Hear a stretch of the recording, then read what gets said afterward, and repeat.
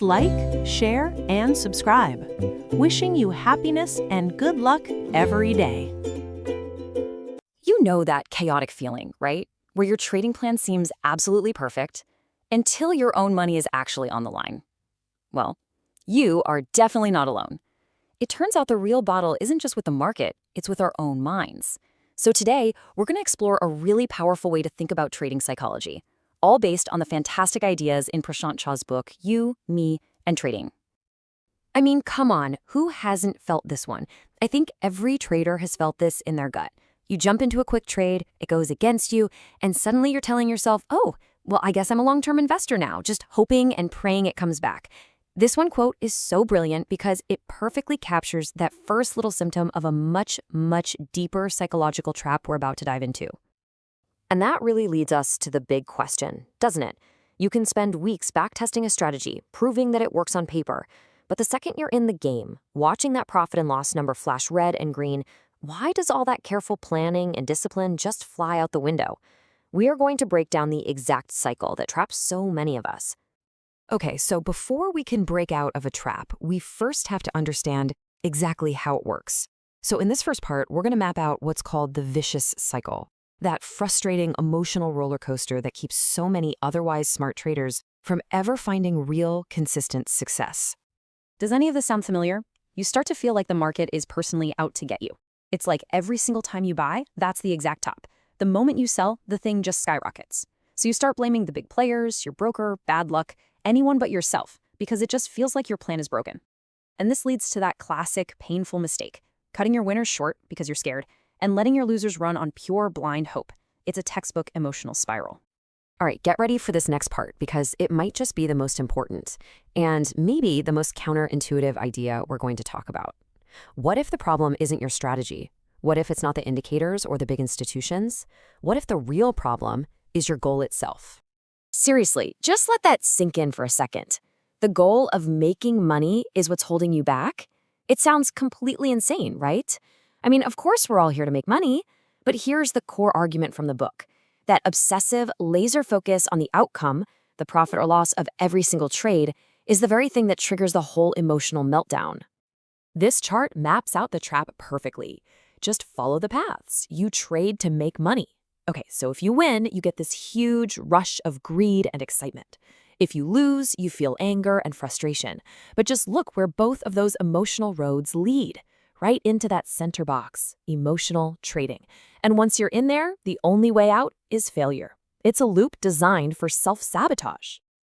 And you know, this is where the real damage happens. We start learning all the wrong lessons. If you make a bad, impulsive trade, but you get lucky and make money, your brain rewards you for it. It reinforces a terrible habit. But if you follow your process perfectly and take a small, disciplined loss, your brain punishes you for it.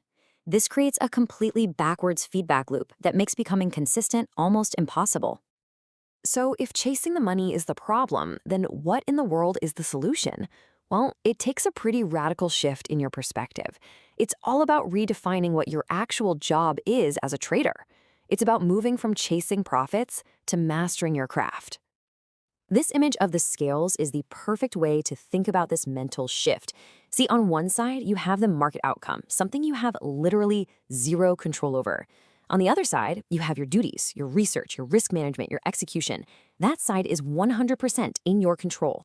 The solution is to mentally shift all the weight, all your focus onto the side of the scale you can actually control. Your job isn't to make money. Your job is to execute your process flawlessly. So how do you actually do that? You adopt this incredibly powerful mental model. You've got to stop being this stressed out gambler, just rolling the dice on every trade. Instead, you need to transform yourself into a professional institution. You have to become your own fund house, with structure, with rules, and with a real process. And this separation of roles is absolutely critical. You have to split yourself into two different people. Think of it like this. At night, when the market is closed, you are the analyst. You're calm, you're rational, you're doing research and setting the rules for tomorrow. But during market hours, you are the trader. And the trader has only one job, to execute the analyst's plan without asking questions. The chaos always starts the moment the trader starts thinking they're the analyst, making emotional calls in the heat of the moment. Now, this disciplined approach brings us to the ultimate goal, which is a state of mental balance and stability that Shah calls the yoga of trading. This is all about getting to a mindset where success isn't something you desperately chase anymore. It just becomes a natural byproduct of doing your job right. Just notice the foundation of this whole thing. Look at where it starts. It doesn't start with performance or profit. It starts with a deep knowledge of your duties. When you know exactly what your job is, you build efficiency. That efficiency is what allows for perfect execution, and only then, as the very final step, does good performance naturally show up. Okay, this chart right here might be the most important one we look at because this is the antidote to that vicious cycle we saw earlier. You execute your process. The trade either makes money or it loses money. Now look really closely. Both paths lead to the exact same next step. No blames and claims. You don't get giddy about a win or beat yourself up over a loss. You simply analyze your execution and figure out how to improve. This is what breaks the emotional loop. It is the absolute key to long-term stability. And this quote just says it all, doesn't it? Remaining stable in different market conditions is the biggest achievement as a trader. That's the real trophy. It's not about one big winning trade. It's about developing the mental toughness to execute your plan day in and day out, no matter what the market is throwing at you. That is the mark of a true professional. So the ultimate takeaway here is this. Stop hunting for success. Instead, fall in love with your process. Focus on your craft, on your duties, and on your discipline. Because when you do that, success stops being this thing you have to chase, and it just becomes something that naturally grows out of your excellence. It becomes a byproduct. So I'll leave you with one final question to really think about. We spend so much of our time and energy searching for the perfect method, right? That holy grail system. But what if our entire focus has been wrong this whole time? What if the real work isn't about finding the right method, but about becoming the right trader? All right, let's dive into the mind of a trader. Not one of the legends you see in the movies, but someone who feels like they're in a constant, losing battle with the market. We're going to follow their journey, get inside their head, and really explore the questions that keep them up at night. You know that feeling, right? If you've ever put $1 into the market, you've probably felt it. That little suspicion that as soon as you buy, it's going to drop. As soon as you sell, it's going to soar. Well, the person we're talking about today, they live in that feeling 24/7. And there it is. That's the heart of it. This is the voice of someone who's tried everything and is just completely defeated. They're convinced that making money is only for some secret club, and they're not in it. So where does a feeling that strong come from? Well, it usually starts by looking for someone else to blame. Yeah, when the losses start piling up, our first instinct usually isn't to look in the mirror. It's to find a villain, right? Some external force that's causing all the pain. And for our trader, that list of villains is, well, it's pretty long. This is the #1 belief. It's not just that trading is hard, it's that the game is actively rigged. The trader is absolutely convinced that these huge, invisible players are moving the pieces against them personally. They think these institutions can see their trades, see where they've put their safety nets, and just take them out. And here's the full cast of characters in this drama. It's not just the big banks. It's the so-called gurus all over social media. It's the brokers, even the government. In this world, anyone who seems to be winning must be in on the secret, part of a huge system designed to take money from the little guy. So the final conclusion is simple and stark. The market isn't a field of opportunity, it's a trap. And once you believe that, it sends you on a whole new, desperate mission. Okay, so if the game is rigged, the thinking goes, then the only path to victory is to find some secret weapon, a perfect system, an unbeatable strategy that can outsmart the manipulators. And this kicks off a long, exhausting, and very expensive hunt for a trading holy grail. Just look at this list. I mean, they've tried everything. Short-term, long-term, simple charts, complex algorithms, you name it, they've done it. And the result is always the same. Nothing works for long. Every time they think they've found the one, it just falls apart. And the search just gets wider. It's not just about methods anymore. Now it's about buying expensive software, paying for advice, trying to code their own strategies, watching webinar after webinar. It's just this frantic, endless cycle of hope followed by disappointment. But after blaming everyone else and searching for a magic fix, a new, much tougher thought starts to creep in. What if the market isn't the problem? What if the strategy isn't the problem? What if the biggest thing standing in the way of success is you? This is where the story turns inward, and honestly, this is where it gets really fascinating. It sounds like a joke, but it's a deeply painful feeling. The trader feels like they have this cursed touch, like their decision to buy a stock is the very thing that kills its momentum. It's like they have a superpower for buying at the absolute peak.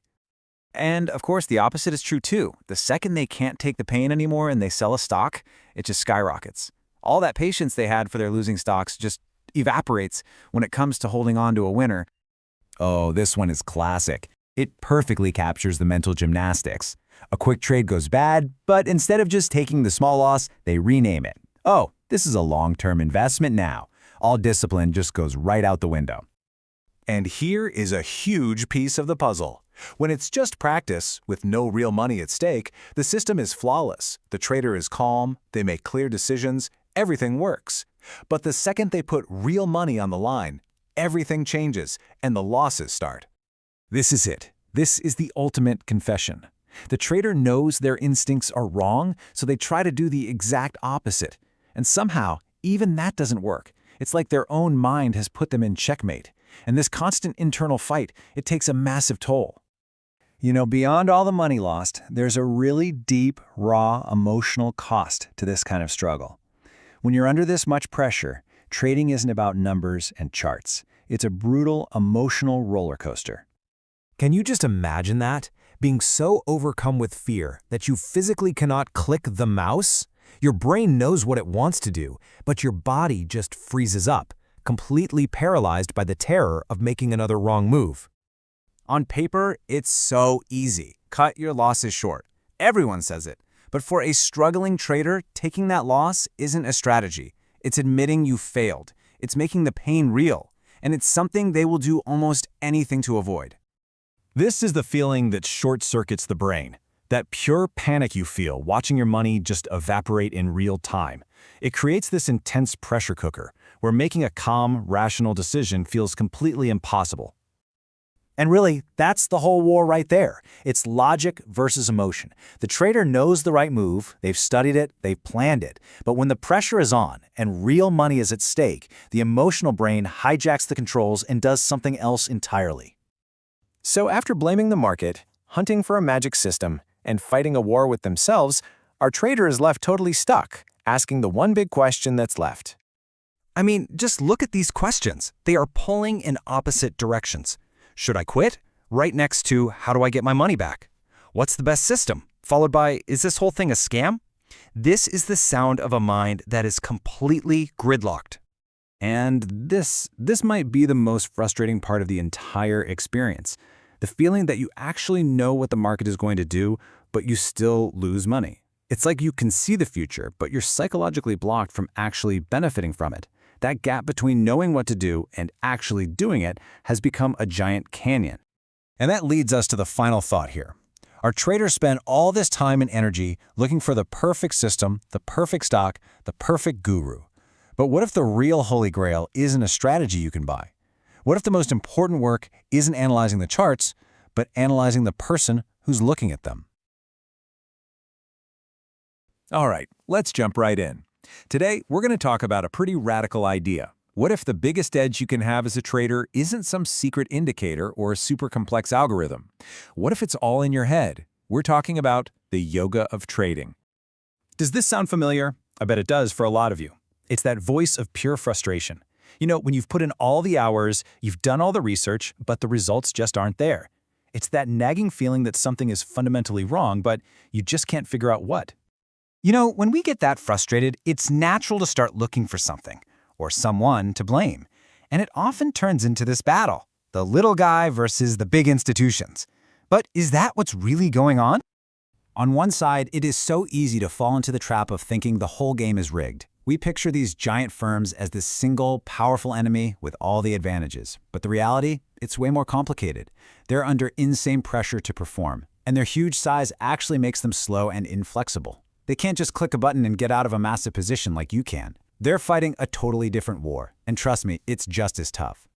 And this is the absolute key. Being a professional isn't about how much money is in your account. It's about how you think. The moment you stop seeing yourself as some poor retail trader and you start thinking like a pro, the entire game changes. We've all heard that statistic, right? Only 1% of traders succeed. And it just sounds impossible. But let's put a real number on it. In a market like India's, for example, that 1% could easily be 50,000 people. I mean, this isn't like trying to make the national cricket team where there are only 11 spots. There is room for you. So the real question becomes, what's actually stopping you? And that question, it brings us right to the heart of the problem. What if the very things we're all chasing are actually the very things holding us back? Come on, we've all seen this image, right? The laptop, the sand, that dream of ultimate freedom. Or, the flashy symbols that scream to the world, "I've made it, I'm a success." And of course, the most powerful one of all, that fantasy that just one perfect trade is going to change your life overnight.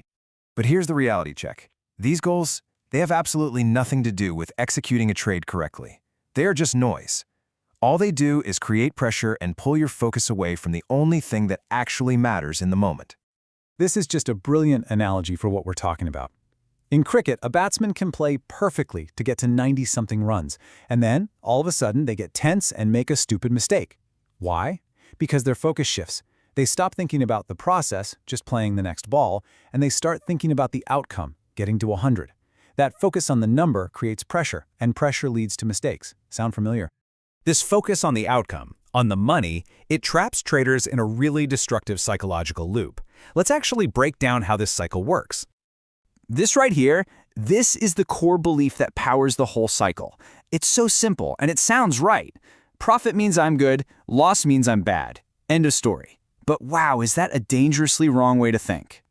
I mean, think about it. Have you ever made money on a trade where you completely broke all your rules? Or, on the flip side, have you ever lost money on a trade where you followed your plan to the letter? See, when you judge your method based on the outcome of just one trade, you end up learning all the wrong lessons. This slide maps out the trap perfectly. So you start here, trading to make money. If you succeed, you feel greed, which leads you to make emotional decisions. If you fail, you feel anger and frustration, which also leads to emotional decisions. Do you see it? Both paths, winning and losing, they end in the exact same place. It's a vicious cycle where you can't win, even when you win. So how do you get out of this trap? It takes a complete shift in your perspective, a total paradigm shift. You have to change the fundamental thing you're focusing on. And naturally, that leads to the next question. I know what you're thinking. Okay, fine. If I need to focus on a process, then just tell me which one is the best one, the one that never loses. But see, that's the wrong question. There is no holy grail method. There just isn't. The best traders in the world use all kinds of different strategies. The method is just a tool. The real secret, the thing that makes all the difference, is the person using the tool. This analogy says it all, doesn't it? Lots of warriors had a bow and arrow. That was their method. But only Arjuna had the focus, the mastery, the unshakable process that made him a legend. The power was never in the tool, it was in the archer. And so often, the things that completely wreck our process are the things that feel easiest to do in the moment. It's easy to blame the market for a loss. It's easy to just hold on to a losing trade and hope it comes back. It's so easy to follow what everyone else is doing.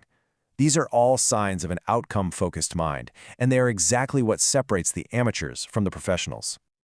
So, all of this brings us to the ultimate goal, to a state of mind that allows you to perform at your best no matter what chaos the market is throwing at you.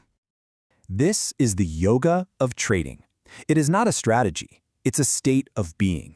It's the ability to stay stable, to stay centered, and to stay focused on your process, whether you're on a massive winning streak or in a painful drawdown.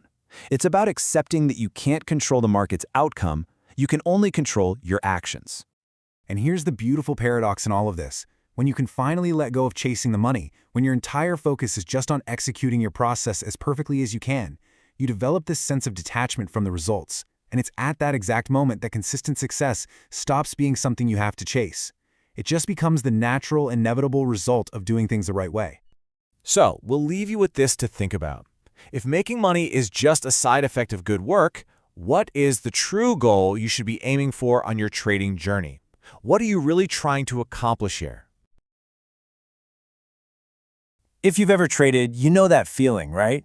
The frustration when a great plan just falls apart. That emotional roller coaster watching your P&L. and that endless search for the one secret that's going to make it all click. Well, what if the secret isn't on your charts? What if it's actually in your head? Okay, let's dive into a completely different mental framework that could totally change how you see the markets.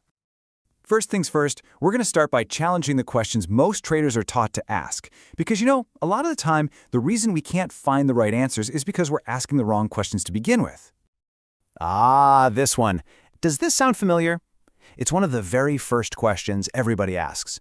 Should I be a day trader? A swing trader? A long-term investor? We get so obsessed with finding the right time frame. But what if that whole question is just a trap? What if it's designed to make you fail before you even place your first trade? Yeah, and this slide just lays it out, plain and simple. Think about it. The market has absolutely no idea your tax year ends in December. It doesn't care that you need cash for a down payment in 6 months. These are our rules, our timelines, not the market's. We're the ones forcing our own constraints onto the market, and then we get all bent out of shape when it doesn't cooperate. So here's the big takeaway. Success doesn't come from picking a time frame and just hoping for the best. It comes from having a crystal clear, repeatable process. A process for spotting a trend, getting into a trade, and getting out. And you know what? Whether that whole process takes 3 hours or 3 years is completely irrelevant. The focus has to shift away from the clock and onto the process. All right, so if we're going to build a solid process, we first need to figure out what game we're even playing. And that brings us to this really basic choice that every single person who puts money into the market has to make, whether they know it or not. On one side, you've got passive trading. This is pretty straightforward. You give your money to a fund manager or buy an ETF, and you let them do the heavy lifting. Your success really depends on their skill. Then, on the other side, you have active trading. This is where you are in the driver's seat. You call the shots. But that means you have to be passionate enough to actually learn the skills yourself. And listen, you can do both, but you can't mix the mindsets. When you decide to be active, you have to be all in on the process. And if you do go down that active path, your style is probably going to fall into one of these 4 buckets. Maybe you're a speculator, trading on news. Maybe you follow recommendations from pros. Or you might use your own experience and skill for subjective analysis. Or you could build a totally objective, rule-based system. But here's the thing, no matter which one you pick, there's a much deeper principle at work that really decides if you win or lose. And this right here brings us to the absolute core idea of this whole explainer. This is the single biggest mental shift you can possibly make and has nothing to do with charts, indicators, or any of that stuff. It has everything to do with where you put your focus. Seriously, just think about that for a second. In this world of chaotic markets, crazy news events, and total uncertainty, what's the one part of the trading equation that you have 100% absolute control over? It's not your profit, and it's not your loss. And this illustration just nails it. The market controls the outcome. It's that simple. You cannot control whether your next trade is a winner or a loser. But you, and only you, can control your duties. You control your research, your plan, your entry point, your exit strategy, and how you manage risk.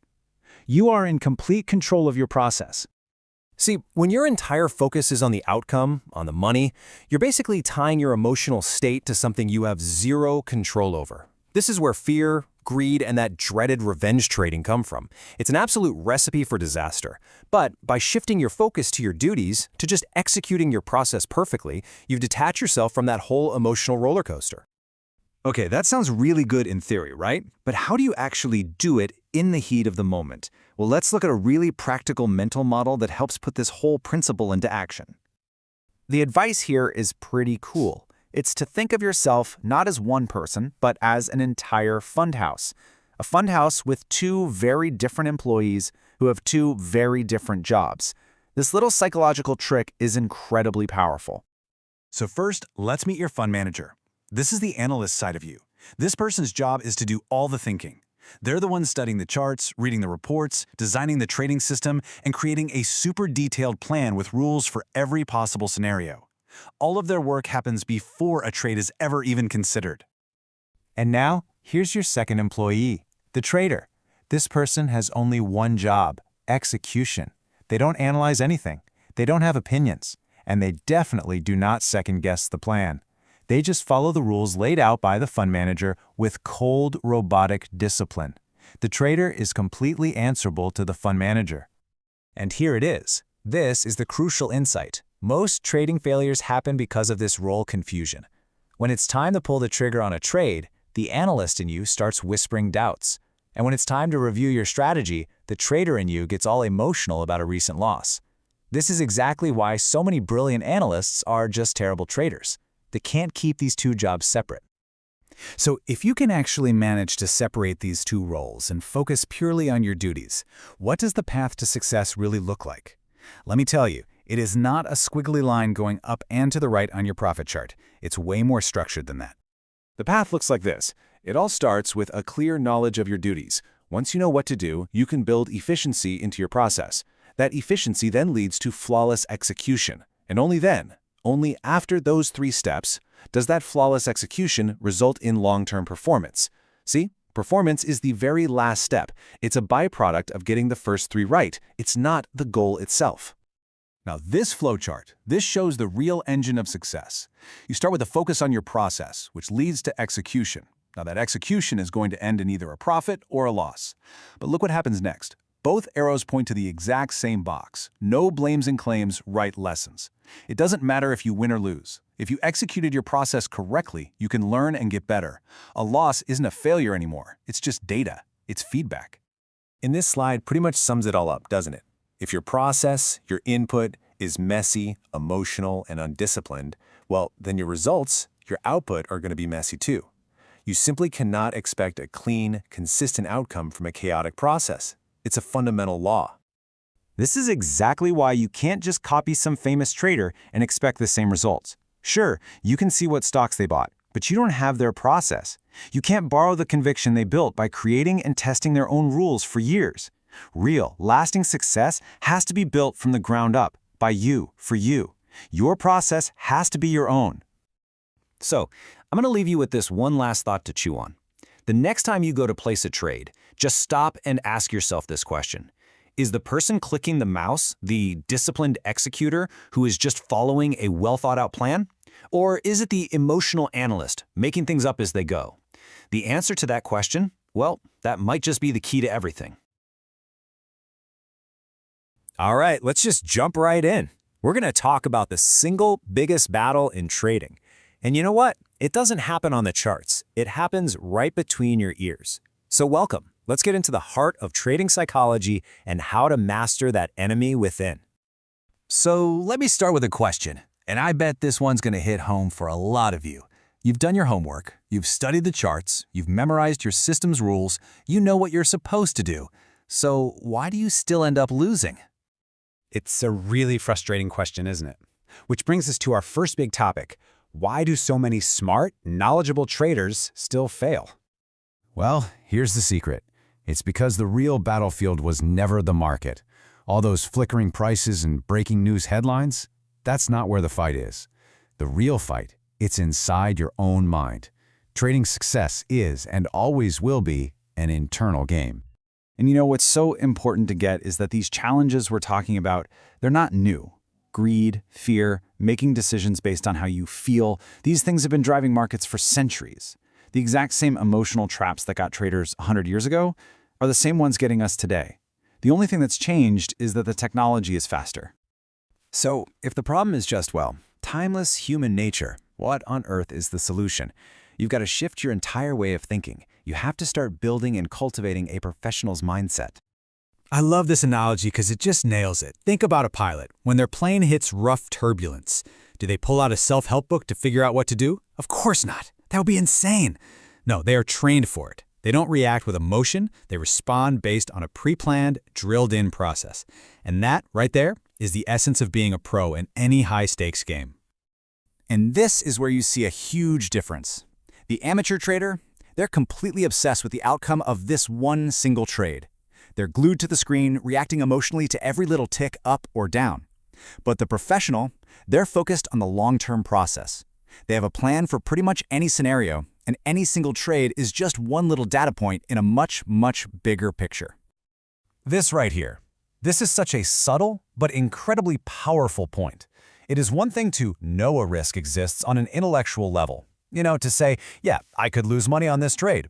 But it is a completely different thing to truly accept it, deep down, emotionally. Because if you haven't accepted it, there's no way you can execute your plan when the pressure is really on. Okay, so now let's give this internal enemy a name. Because, identifying your enemy is always the first step to beating it. And your number one enemy in the mental game of trading has a name. It's called shadow P&L. So what is shadow P&L? Well, it's that imagined profit or loss.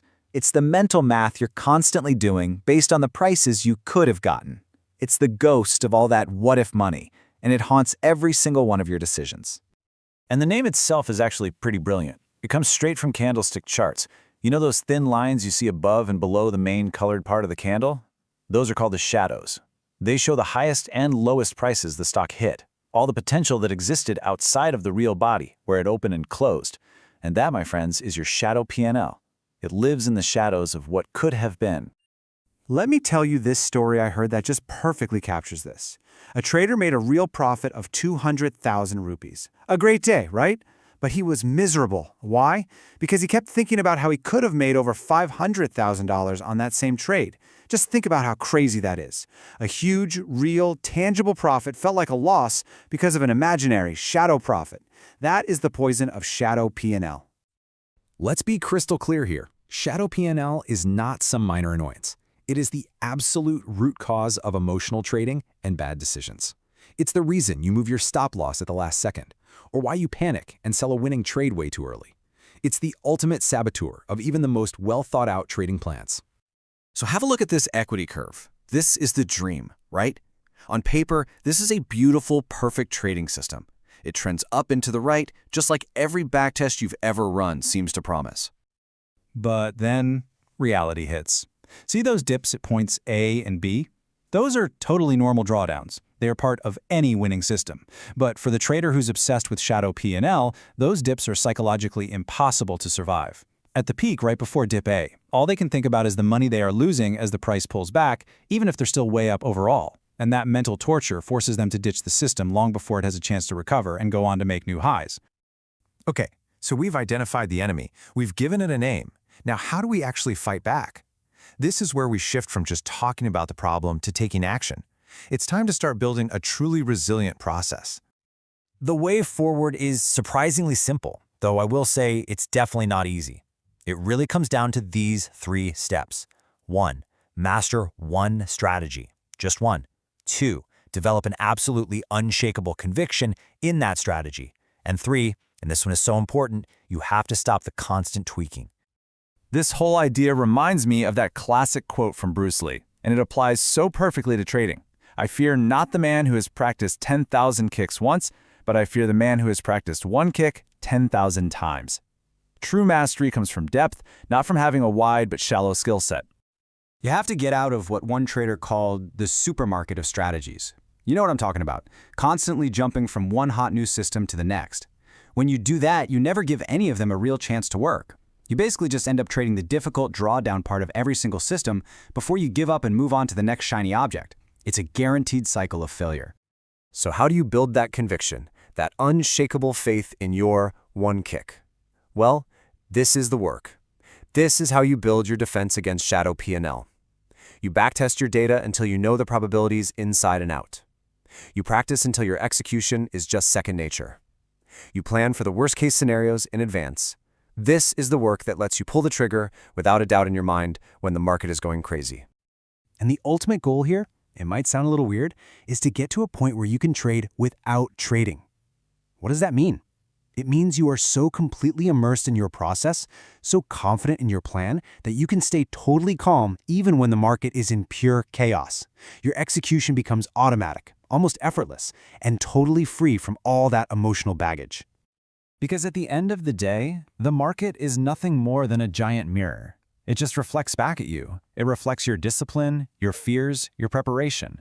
So the real question isn't whether you can master the market, it's, are you ready to master what you see in that reflection? You ever done this? You panic, you close a trade, and then you just watch in horror as it immediately turns around and rockets right to where you thought it would go. Or maybe you've done the opposite, held on to a losing trade, just hoping, praying it'll come back, while it just sinks deeper and deeper. If any of that sounds familiar, well, you've been in the emotional trading trap. And trust me, you are not alone. So let's really get into what's going on here. We're calling it the emotional trading trap. And look, this isn't about finding some magical stock or the perfect indicator. This is all about the battle that happens inside your own head, the one that every single trader faces, where your own mind hijacks your best laid plans. You know, this is the question that just drives people crazy. Why do we see these brilliant people, doctors, engineers, successful business owners, jump into the market and just get absolutely crushed? Well, the reason, it almost never has to do with how smart they are. It has everything to do with how they make decisions when the pressure is on. And this right here, this slide breaks it down perfectly. This is the core conflict. On one side, you've got those emotional decisions, right? They're driven by fear, by hope, by greed. They're totally reactive, and because of that, wildly inconsistent. But on the other side, you have process-driven decisions. These are based on rules, on data, on a plan. They're proactive, and most importantly, they are consistent. This is the battleground. I love this quote because it just nails why this is such a huge problem. See, in almost every other part of your life, there are rules, there are bosses, there are consequences that keep our worst impulses in check. But the market? It's the Wild West. It's just you, your money, and a buy/sell button. And that complete freedom, it unleashes that animal inside, our most undisciplined, reactive self. Okay, so if that's the problem, what's the diagnosis for these trading ills? It really boils down to one fundamental critical mistake. We get obsessed with the outcome of one single trade instead of focusing on the quality of our process over hundreds of trades. And the number one driver of this toxic focus on the outcome? It's this thing called the shadow P&L. You know what I'm talking about. It's that little green or red number on your screen, flickering up and down, showing your unrealized profit or loss. Staring at that number is literally like pouring gasoline on your emotional fire. It just tempts you, minute by minute, to throw your entire plan out the window. This analogy is just fantastic. Everybody who gets into trading focuses on the accelerator, making money, right? Hitting the gas. But what professionals know is that you can only go fast if you have complete and total confidence in your brakes. In trading, your brakes are your rules for taking a loss. Having that control is what gives you the confidence to actually stay in your winning trades. And here's a hard truth we all need to accept. The market is completely and totally indifferent to you. It has no idea who you are. It doesn't know you're trying to pay for a vacation or make back money you lost last week. When we attach these personal stories to our trades, it's a recipe for disaster, because the market operates on one thing and one thing only: probability, not our stories. So how do we fight back against all this? What's the prescription? Well, you have to stop acting like a gambler in a casino and start behaving like a professional running a business. And the way you do that is by creating something we're going to call your trading constitution. Now don't worry, this isn't as intimidating as it sounds. Your constitution is just a simple policy document, and we're breaking it down into two easy parts. First up is the principle book. This is where you write down your core beliefs, your high-level philosophy. And second is the rule book. Think of this as your specific, non-negotiable, day-to-day operating manual. So what goes in the principle book? Well, here are some great examples. These are your big, unbreakable beliefs. Things like, I will not use leverage, period. Or maybe, I will never put more than 5% of my capital into a single stock. Another great one is defining your goal. My goal is consistency over the long run, not hitting one huge home run. See? These aren't entry signals. They're the guardrails that keep you on the road and prevent you from driving off a cliff. The rule book, on the other hand, gets really granular. This is your tactical field manual, and it has to be brutally specific. There's no room for sometimes or it depends. For example, what's your exact trading universe? It might be S&P 500 stocks only. What are your exact entry criteria? Something totally objective like the price has to close above the 50-day moving average. And, maybe most important of all, what's your non-negotiable exit rule? Something like an 8% trailing stop loss. These rules have to be so black and white that you could literally program a computer to follow them. Okay, so you've written your constitution. That's a huge step. But how do you actually stick to it when you're in the heat of the moment and the market is going crazy? The key is this incredibly powerful mental model. You have to separate yourself into two completely different roles. And this slide lays it out beautifully. Think of it this way. During market hours, you are the trader. You're the pilot in the cockpit. And your only job is to execute the plan that's already been created. You just follow the checklist. That's it. Now, the fund manager, that's the engineer. They only work when the market is closed. On weekends, at night, their job is to analyze what happened, review the performance, and maybe tweak the rules for the pilot to follow next week. Now, why is this separation so incredibly important? Because it creates a firewall. The engineer isn't trying to redesign the plane's engine while it's flying through a thunderstorm, right? This separation protects your calm, rational, analytical mind from the emotional chaos of the live market and the constant distraction of that flickering shadow P&L. You see, when you put all of these pieces together, the focus on process, writing your constitution, separating your roles, something amazing starts to happen. You begin this profound transformation from just being an amateur speculator into a disciplined, professional practitioner. And as the legendary trading psychologist Dr. Brett Steenbarger says here, the ultimate goal isn't just to be a robot who follows rules forever. The goal is to repeat the right actions, guided by those rules, so many times that they become deeply ingrained habits. Eventually, the right behavior becomes automatic. And this is such a critical thing to understand. When you look at an expert trader and it seems like they're just operating on intuition or a gut feeling, what you are really seeing is the result of this deep, deliberate practice. It isn't magic. It's thousands of hours of executing a solid process over and over until it's so internalized that it feels completely effortless. It becomes second nature. So, when you really think about it, the ultimate goal here isn't just to become a profitable trader. It's to become a peaceful trader, someone who isn't getting yanked around by every little tick of the market. And on this journey, your written policy, your constitution, that is your best friend. And your unchecked emotions, they are your only true enemy. And that leaves us with one final question for you to really think about. When you look at your own trading, be honest with yourself. Are you actually building a professional, repeatable process, or are you just telling yourself stories to justify making emotional decisions? Because the answer to that question, well, that's what will define your entire future in the market. You know, when we think about trading, we pour so much energy into perfecting our strategies, staring at charts, and trying to predict the market. But what if the biggest challenge, the most volatile market you'll ever face, isn't on your screen? What if it's right there, between your ears? All right, let's get into it. Seriously, take a second and think about that. What is it for you? Is it your risk management? Is it finding the perfect entry? We spend so much time looking for these external answers, but what if we're all looking in the wrong direction? And that's the whole point of this. The hardest part of trading isn't reading the market, it's reading yourself. The real battle isn't with price action, it's with our own emotional reactions to that price action. I mean, this quote from the Bhagavad Gita just nails it, doesn't it? Your mind can be your most powerful ally or your absolute worst enemy. The goal isn't to become a robot and kill your emotions, it's to stop them from grabbing the steering wheel. Okay, so how in the world do you conquer your own mind? Well, the answer is kind of surprising. You don't do it by fighting, you do it with love. Think about it. Your mind is like a little kid. It's impulsive, it gets scared, it gets super excited and runs around like crazy. You wouldn't scream at a child to get them to behave, right? No, you'd guide them, you'd be patient. Your own mind needs that same compassion. So let's get practical. How do you actually do this? To guide that childlike mind, you need rules, you need structure. This is about shifting your mindset from a hobbyist to a professional, like you're running your own personal fund house. And any real fund house, any professional operation lives and dies by its written policies. Oh man, we have all been there, right? A trade starts going against you and you feel that pit in your stomach. The anger, the frustration, the guilt, it all starts bubbling up. So what do you do with all that? Do you just let it sit there and poison your next decision, or do you have a system for it? Well, this is where the first real tool comes in, the trade journal. And no, this is not just about writing down your entry and exit points.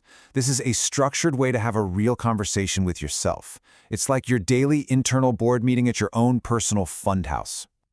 So here's the breakdown. Each of these columns has a very specific job. Column A is just the facts, ma'am. Did you follow your system, yes or no? It's your discipline check. Now, column B, that's your release valve. This is where you get to vent, write down the anger, the frustration. Ask yourself, am I just mad because I lost, even though I followed my rules? And then column C is where you build yourself back up. This is where you find the positive. Even if you lost money, you can say, I stuck to my plan perfectly. You appreciate your own discipline. That's how you train your brain to value the process, not just the random outcome. Okay, so journaling is great for after the trade. But what about during the trade? You know, when things are going crazy and your mind is just a whirlwind of thoughts. For that, you need a weapon that's fast, sharp, and cuts right through the noise. Sound familiar? This right here. This is the noise. It's that internal chatterbox of fear, greed, and self-doubt that can completely sabotage a perfectly good trading plan. It's total chaos, and it's what leads to those terrible, impulsive decisions we all regret. And this is your secret weapon. It's how you cut right through all that chaos. One single word. You basically give a name to your fund house, to your entire discipline process. The example from our source is the word genius. That word becomes your anchor, your mental stop sign. And using it couldn't be simpler, really. The very second that distracting, emotional thought pops into your head, you just say your word, genius. It's a command. It means stop, remember the rules, remember the plan, and get back to work. And this is the key thing to remember. This isn't some quiet little thought. This is an active, forceful interruption. When that noise in your head gets really loud, you have to shout back. You have to make your focus word louder than your fear. All right, so we've got tools for in the moment. But here's the thing. Managing your mind isn't a 9-to-5 job that only happens when the market is open. To be a true professional, you have to have balance. Who you are away from the screen has a huge impact on how you perform in front of it. Look, it's simple. A tired, stressed out, unfulfilled mind is just not going to make good, objective decisions. It can't. Things like physical fitness, that's not just for your body. It builds mental toughness. Hobbies aren't a waste of time. They give you perspective and keep you from burning out. And spending quality time with your family, that grounds you. It reminds you that there's a world beyond the charts. These aren't distractions from trading. They're the foundation of good trading. So, at the end of the day, it really boils down to this. The amateur is completely obsessed with the outcome, the profit or loss. They're glued to the screen reacting to every little move. The professional, they're obsessed with their process. They focus on execution, on reviewing what they did right or wrong in their journal, and on building a balanced life. It's a totally different game. And that brings us to the final piece of the puzzle. And this one might be the biggest game changer of all. We have to completely redefine what it means to win. They call it the first score. And guess what? It has absolutely nothing to do with money. The first score is that moment you take a loss, you follow your plan to the letter, and you feel okay. It's when the market goes wild and you notice that you didn't panic. It's the first real, tangible proof that all this internal work is actually paying off. That is the real win. Because that feeling, that calm, that control, that's the real profit you should be chasing. Look, anybody can get lucky and make a buck on one trade. But to build a real, lasting career, you have to build discipline. You have to build resilience. That internal score is what keeps you in the game long after the lucky amateurs have blown up. So I want to leave you with this one final thought, a quote from the Buddha. If you dwell on your profit and loss, if you dwell on fear, if you dwell on the market noise, you're just going to become a bundle of anxiety.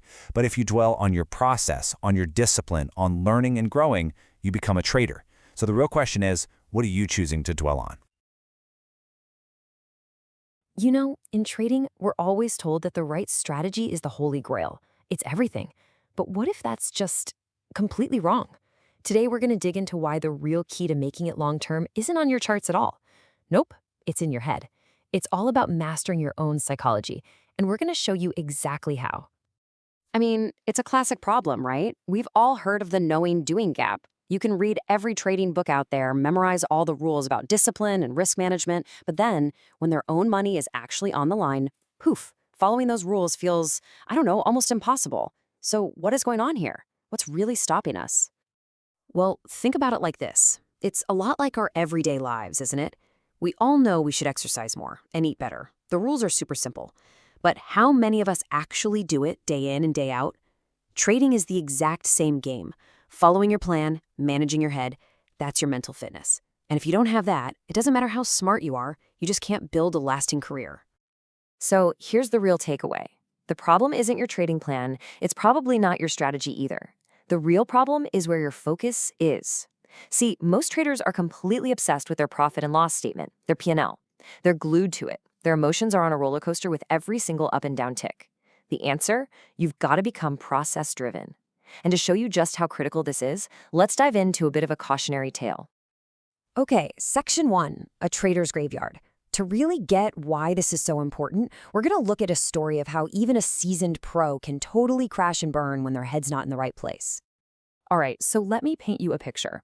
We're talking about a trader with over 15 years in the game. This guy has seen it all. His market knowledge is incredible. He can literally recall the exact dates of historical tops and bottoms just off the top of his head. I mean, by any measure, he is a seasoned professional. But even the pros can fall into a really, really devastating trap. So it all kicked off in 2014. He was absolutely convinced that a certain political party was going to lose the election. So what does he do? He shorts the market big time. He's betting it's all going to go down. But the market rallied, and that political opinion cost him a ton of money. Okay, lesson learned, right? Nope. Fast forward to 2016, after a major government policy change, he does the exact same thing again. But this time, it was worse. He wasn't just trading anymore. He was on a revenge mission, trying to win back his losses and prove he was right all along. He doubled down. And as you can see, the market just ripped higher, forcing his broker to liquidate everything. The loss was, well, catastrophic. And this quote just nails his core failure. He did not understand that his political opinion has nothing to do with his business of trading. Think about that. He was a super experienced trader, but he just could not separate his personal beliefs from the cold, hard reality of the market. His ego was in the driver's seat, not his trading plan. So after this complete financial disaster, who do you think he blamed? The political party, the voters. He blamed absolutely everyone, except himself. He never once looked in the mirror and considered that maybe, just maybe, the problem was his own refusal to follow a disciplined process. That right there, that's a textbook sign of a P&L-driven trader. And that brings us to this powerful line: rigid opinions are the graveyard of traders. Just let that sink in for a second. The market does not care one bit about what you think should happen. It's just going to do what it's going to do. All right, on to our next section. Process over profit, the diagnosis. So we've seen the train wreck that can happen with the wrong mindset. Now let's really break down the difference between these two types of traders. Okay, let's put these two mindsets side by side because the difference is just night and day. On the left, you've got your P&L-driven trader. They are completely fixated on the outcome. If they lose, they immediately go hunting for a new holy grail strategy, and it's always someone else's fault. But on the right, the process-driven trader, they're all about execution. If a trade doesn't work out, they're not blaming their system. They're looking inward, studying their own thoughts and actions to see where they messed up. And this right here is a trap that so many traders fall into. It's like this endless hamster wheel. They have a few losses, and they immediately think, oh, my strategy is broken. So they jump to a new one, and then another, and another. They're constantly trying to fix the tool when the tool was probably fine all along. They're trying to fix what isn't broken and completely ignoring the real problem, which is them. Okay, next section, what you really seek. This all brings us to a much deeper question, and honestly, it might be the most important one you can ask yourself. Why are you really doing this? Why are you in the market to begin with? So I really want you to ask yourself this question and be honest. Why do you trade? Because whatever your true, deep down reason is, that intention is going to define your entire journey. It's going to shape everything. Usually, it boils down to one of these 4 big reasons. Maybe you're just looking to generate some extra income on the side. Totally fair. Or maybe you're in it for the thrill, right? The social status, being part of the party. A lot of people are. Then there are those who trade out of pure desperation, trying to recover a big loss or just make some quick, life-changing money. And finally, there are the people who are here to truly master the craft itself, to become a real professional. And this pyramid really shows how it all stacks up. Your approach completely depends on what you're really after. Look, at the bottom, those external things, the extra income, the thrill, the status, they might get you started, but the only motivation that leads to real long-term success is right there at the very top, that burning desire to just be good at the craft itself. You know, there's this profound idea that says the market is very kind. You get what you seek. And it's so true. If you're here looking for a thrill, hey, the market will give you a thrill, along with a boatload of frustration. If you're looking to gamble, you'll get that feeling too. But if you genuinely seek to master the process, the market rewards that desire. You get what you seek. So the big question is, how do we actually do this? How do you make that shift and become the trader you really want to be? Let's talk about the path forward. Well, I'll tell you where success isn't found. It's not in some new magic indicator. It's not in another YouTube video promising a secret strategy. The answer isn't out there at all. It's in here. It's found by looking inward through some serious, honest self-observation. So here's a practical 4-step framework to get you there. Number 1, start studying your thought process, not just your charts.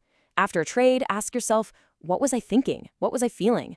Number 2, follow the duties of your system with absolute discipline. Know your rules and stick to them, no exceptions. 3, observe your own behavior and be brutally honest about it. And finally, number 4, and this is huge, behave like the trader you want to become. And that last point is so important. Behave like who you want to become. Don't wait until you have a huge account to start acting like a professional. Start now. Act like that disciplined, process-driven trader you want to be with the very next trade you take. It's amazing how your results will eventually start to catch up with your behavior. So I'll leave you with this final question to think about. Forget the outcome of any one trade, okay? Just zoom out. Who do you think really achieves long-term success? Is it the random speculator who's just chasing a rush? Or is it the thoughtful, sincere trader who's dedicated to mastering their craft? I think you know the answer. All right, let's talk about the one thing that truly separates the winning traders from everyone else. And here's a hint, it's not about having some secret strategy. It's all about the mental game. So let's break down how you can master your own mindset and really get to that next level. So let's start with the big one, right? Why do so many traders fail? You know how it is, people spend years, literally years, looking for that perfect indicator or that secret holy grail strategy. But what if the answer isn't out there in the market at all? Because for most traders, the biggest, most difficult obstacle isn't a bad system. It's the 6 inches between their ears. The real battle is happening inside your own head. And today, we're going to unpack that. Okay, so if the enemy isn't the market, then who or what is it? We've got to get to the very core of this problem, because you can't win the game until you know who you're actually playing against. Tell me if this sounds familiar. You have a few losing trades, and what's the first instinct? Blame the strategy, right? Time to go find a new one. But hopping from system to system, well, that's just a symptom of a much deeper issue, a simple lack of discipline. But let's go deeper. We can't just stop there. We have to keep asking why. What is the root cause of this lack of discipline? Why is it so incredibly hard to just stick to the plan we made for ourselves? Well, a lot of the time, it just boils down to fear. It's that fear of losing money, that gut-wrenching worry about a drawdown. That anxiety is what makes you second-guess your own rules, maybe take profits way too early, or hold on to a losing trade for way too long. And why does that fear have so much power over us? Is because deep down, there's a lack of real, true conviction in our method. I mean, if you don't fully trust your process, of course you're going to dish it the second things get a little tough. So this leads us to the most important question of all. If the goal is to build that unwavering conviction in our process, how in the world do we actually do that? Where do you even start? And here's the key. Conviction isn't something you find, it's something you build. You forge it by deliberately filtering out all the noise, the opinions, the fear, the headlines, and just focusing relentlessly on executing your plan. It's all about practicing the right things over and over and over again. Now, a huge part of that noise comes from this psychological trap that nearly every single trader falls into. It's a phenomenon called wearing position glasses. You know exactly what I'm talking about. You put on a trade, and then suddenly every news headline, every tweet, every single conversation seems to be about that exact stock or asset.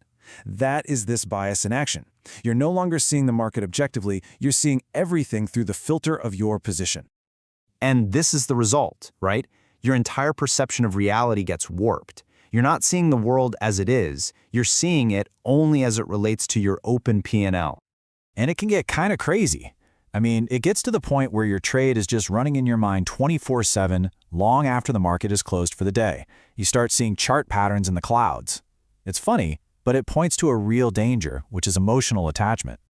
And this is where it gets really dangerous. When you're wearing these glasses, you stop using strategy and you start using hope. You're long a stock that's just plummeting, so you're desperately scanning the chart, looking for any sign of a support level. That's not trading, that's just wishful thinking. So how do you take these glasses off? The solution is a fundamental shift in your focus. You have to move away from just chasing profits and instead dedicate yourself completely to the process. I mean, just look at the difference here. The outcome-focused trader is on this wild emotional roller coaster, reacting to every little price tick. But the process-focused trader, they're calm. They're not guessing. They're not hoping. They are simply executing a predefined set of rules. They are proactive, not reactive. This right here is the new mindset. Think about a surgeon or a pilot. Their main goal isn't just the final outcome. It's flawless execution of their procedure. They trust that if they follow the process perfectly, a good outcome is the most likely result. Trading is no different. The money is just a byproduct of excellent execution. Okay, this all sounds great in theory, but how do you actually build this kind of discipline in the real world? Let's get into the practical tools that you can start using today. Here are 3 really powerful habits. First, a daily checklist. This isn't just a to-do list. It's about starting your day with intention and making sure you are in the right headspace before you risk a single dollar. Second, a journal. This turns every single trade, win or lose, into a valuable lesson. You become your own performance coach. And third, find some trading buddies. This gives you a crucial sounding board, people who can keep you grounded and focused on the process when the market inevitably gets chaotic. But here's the thing. Trading discipline isn't built in a vacuum. It's really just a reflection of your overall character. So if you want to be a disciplined trader, start by being a disciplined person. Follow through on your commitments. Show up on time. It's all about building that muscle of doing the right thing even when it's hard or when nobody's watching. That is the exact same muscle you're going to use to follow your stop loss when your emotions are screaming at you to just ignore it. This all brings us to the final, and I think maybe the most important mindset shift of all. It's about completely redefining what a right trade actually is. Be really honest with yourself here. If you just had 3 huge winning trades, are you feeling a little overconfident on the next one? Or if you just had 3 losers, are you hesitant, scared? If the answer is yes, that's proof that your emotions are driving your decisions. You have to remember, the market has no memory. It doesn't know you, and it certainly doesn't care that you're on a winning streak or in a drawdown. Every single trade is an independent event. Linking them together emotionally is a huge psychological mistake. Your decision on this trade should only be based on one thing. Does it meet the criteria of your plan? Period. And this is the ultimate mantra. If you followed your rules perfectly, your entry, your stop loss, your position size, then you executed a right trade. It doesn't matter if it made or lost money. That's irrelevant to the quality of your decision. When you get your satisfaction from your discipline, not from your P&L, that's when you know you finally mastered the mental game. All right, let's get right into it. Today, we are tackling what is honestly probably the single biggest hurdle for any trader out there, mastering your own mind. We're going to talk about how you can get off that crazy emotional roller coaster of trading and start operating from a place of clear, unshakable principle. This is a big one, so let's dive in. So it really all starts with a question I bet a lot of you have asked yourselves. Why does trading feel so much like an emotional roller coaster? You know the feeling, right? One minute you're on top of the world, feeling like a genius, and the next, you're just crushed with frustration. Well, it turns out there's a very predictable cycle behind all of this. And yeah, this diagram right here, it perfectly captures the trap we all fall into. It kicks off with a desire, right? Maybe it's a desire for a specific profit target. That desire then completely narrows your focus onto one thing and one thing only, the outcome. And then, boom, the outcome happens. It triggers a massive emotion. You're either ecstatic from a win or totally frustrated from a loss. And that powerful feeling, it just feeds right back into the desire for the next trade. And just like that, you're locked into this exhausting, vicious loop. Okay, so here's our game plan for breaking this down. First, we're going to dig into that emotional trading cycle. Then, we'll talk about the big shift in focus from outcome to process. After that, we'll get into defining your trading principles, see what they look like in action, and cover the professional mindset shift. And finally, we'll wrap up with how these principles become your ultimate guiding force. All right, let's kick things off with section 1, the emotional trading cycle. And this is really all about that trap of focusing way too much on the results. Okay, now here's the crazy part. The thing that's so counterintuitive about this whole cycle, it's not just the losses that are dangerous. The wins can be just as bad. A big win makes you feel invincible, right? So you get cocky, you get reckless. And a tough loss? Well, that just makes you desperate to win it all back, which leads to that classic revenge trading. Either way, emotion is completely in the driver's seat and logic has been kicked to the curb. So how do we get out of this? That brings us to section 2. Here's the key. You can't just will this cycle away. You can't eliminate it. But what you can do is trick it. And the trick is this incredibly powerful shift in focus, away from the outcome and onto your process. I absolutely love this comparison because it just lays it all out so clearly. It's a tale of two traders, so just ask yourself, which one sounds more like you? Over on the left, you've got the trader who's obsessed with the outcome. They're emotional, inconsistent, and stressed out. But then, look to the right, the trader focused on the process. They're disciplined, consistent, objective. It's not that they don't have losing trades, of course they do. The difference is how they react to them. It's a total game changer. And this is really the whole point. When your main focus is just on executing your process, on following your plan, the result of any single trade starts to lose its emotional grip on you. A loss doesn't sting nearly as much when you know you did everything right according to your system. A win feels good, but it doesn't make you overconfident. You're basically neutralizing the emotion and breaking that dangerous chain reaction between trades. Which, of course, brings us to section 3. Because it's easy to say, oh, just focus on the process. But what does that even mean? What is a process? Well, it's not just some random set of rules you made up. A truly solid process. It's built on a foundation of clearly defined trading principles. The best way to think about principles is they're like your core value system for your trading business. I mean, think about it. In your personal life, you have core values that guide how you act, right? Well, in trading, principles are the exact same thing. They are the fundamental truths that guide every single decision you make. They're basically your constitution. And this isn't just some fluffy, abstract idea. The legendary hedge fund manager Ray Dalio put it perfectly. He said, "To be principled means to consistently operate with principles that can be clearly explained." The keywords there are clearly explained. These aren't just vague gut feelings. They have to be concrete things you can actually write down and explain to someone else. And that leads to a really important distinction we need to make. Your methods, the specific rules or indicators you use, those can change. In fact, they should evolve as you learn and grow. But your core principles, no. Those are the bedrock. That's the firm ground you stand on no matter what the market is throwing at you. Okay, so what does this actually look like in the real world? Let's move into section 4 and get into some concrete examples of principles in action to make this stuff really tangible. So a principle could be something really foundational, like I will always maintain detailed records of my trades. Or it could be a personal rule, like I will only use methods I fully understand, no black boxes. Maybe your big one is I will always follow the trend and never fight the market. And of course, then you have the absolute non-negotiables, the heavy hitters. I will never, ever compromise on risk management. Or I will only trade a system that I have personally and rigorously back-tested. You see how these are different from just simple rules? What all of these examples have in common is that they create boundaries for you.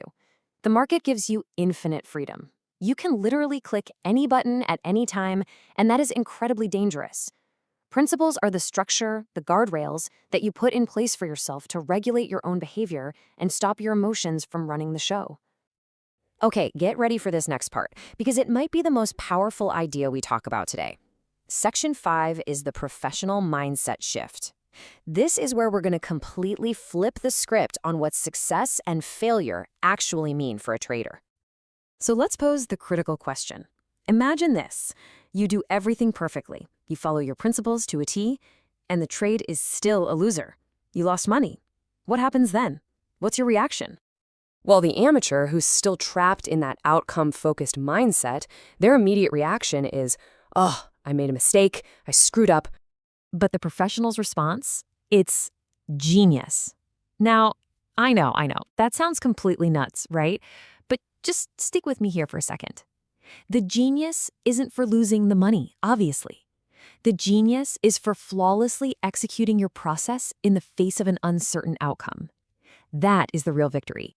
The P&L of any one trade has a huge element of randomness to it. But your discipline, your ability to follow your principles, that is 100% in your control. And that is the only thing you should be judging yourself on. And that brings us right to our final section, your ultimate guiding force. This is where we tie it all together and see how these principles lead to real, sustainable, long-term success. Picture this. The market is going crazy. It's volatile. You feel that fear or greed starting to bubble up, and you start to doubt everything you're doing. In that moment, your principles are your anchor. You don't need a crystal ball to predict the future. All you have to do is stop and ask yourself one simple question. Am I sticking to my core principles? If the answer is yes, then you know you're on the right path, no matter what happens next. You know, here's another way to think about it.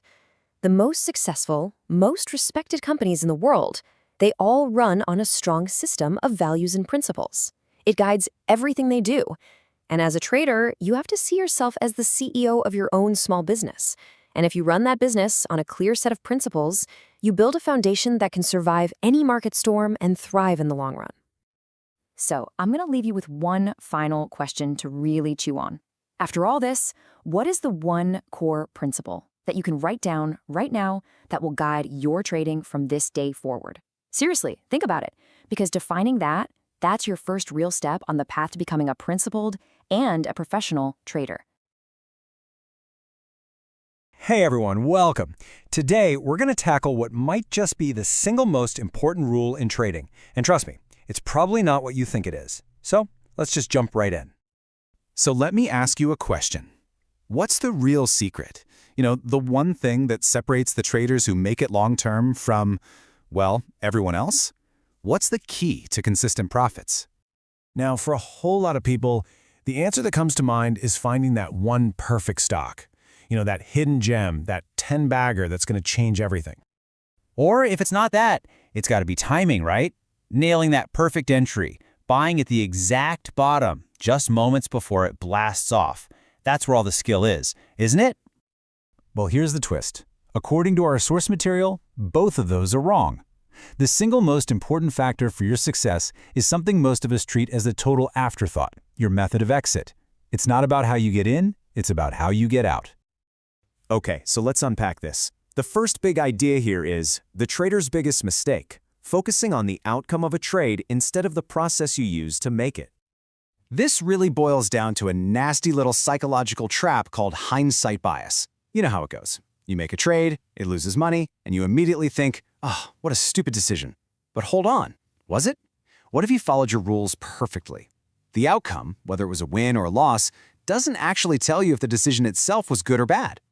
And this quote just nails it. If you follow your system, you did the right thing, period, even if that trade lost money. On the flip side, if you just take a wild, undisciplined gamble and get lucky, you still did the wrong thing because you just taught yourself a terrible habit. And that's the key takeaway here. A lucky win is one of the most dangerous things that can happen to you. It teaches you that breaking the rules pays off. And believe me, that one bad lesson is way more destructive in the long run than any single small, managed loss could ever be. So focusing on the outcome is the big mistake. What's the fix? Well, it's time to get obsessed with mastering your exit, because that is where the real money is made. Or lost. Now check this out. This slide proves the point perfectly. Look, we've got the exact same entry rule. Buy when the stock crosses its 200-day average. Simple. The only thing we change is the exit rule. And the results, they're night and day. One system makes a modest profit, the other loses a significant amount of money. The entry didn't matter. The exit determined everything. Now get ready for this, because it might just blow your mind. A lot of the most successful traders in the world, they only have a win rate of about 30 to 40%. Yeah, you heard that right.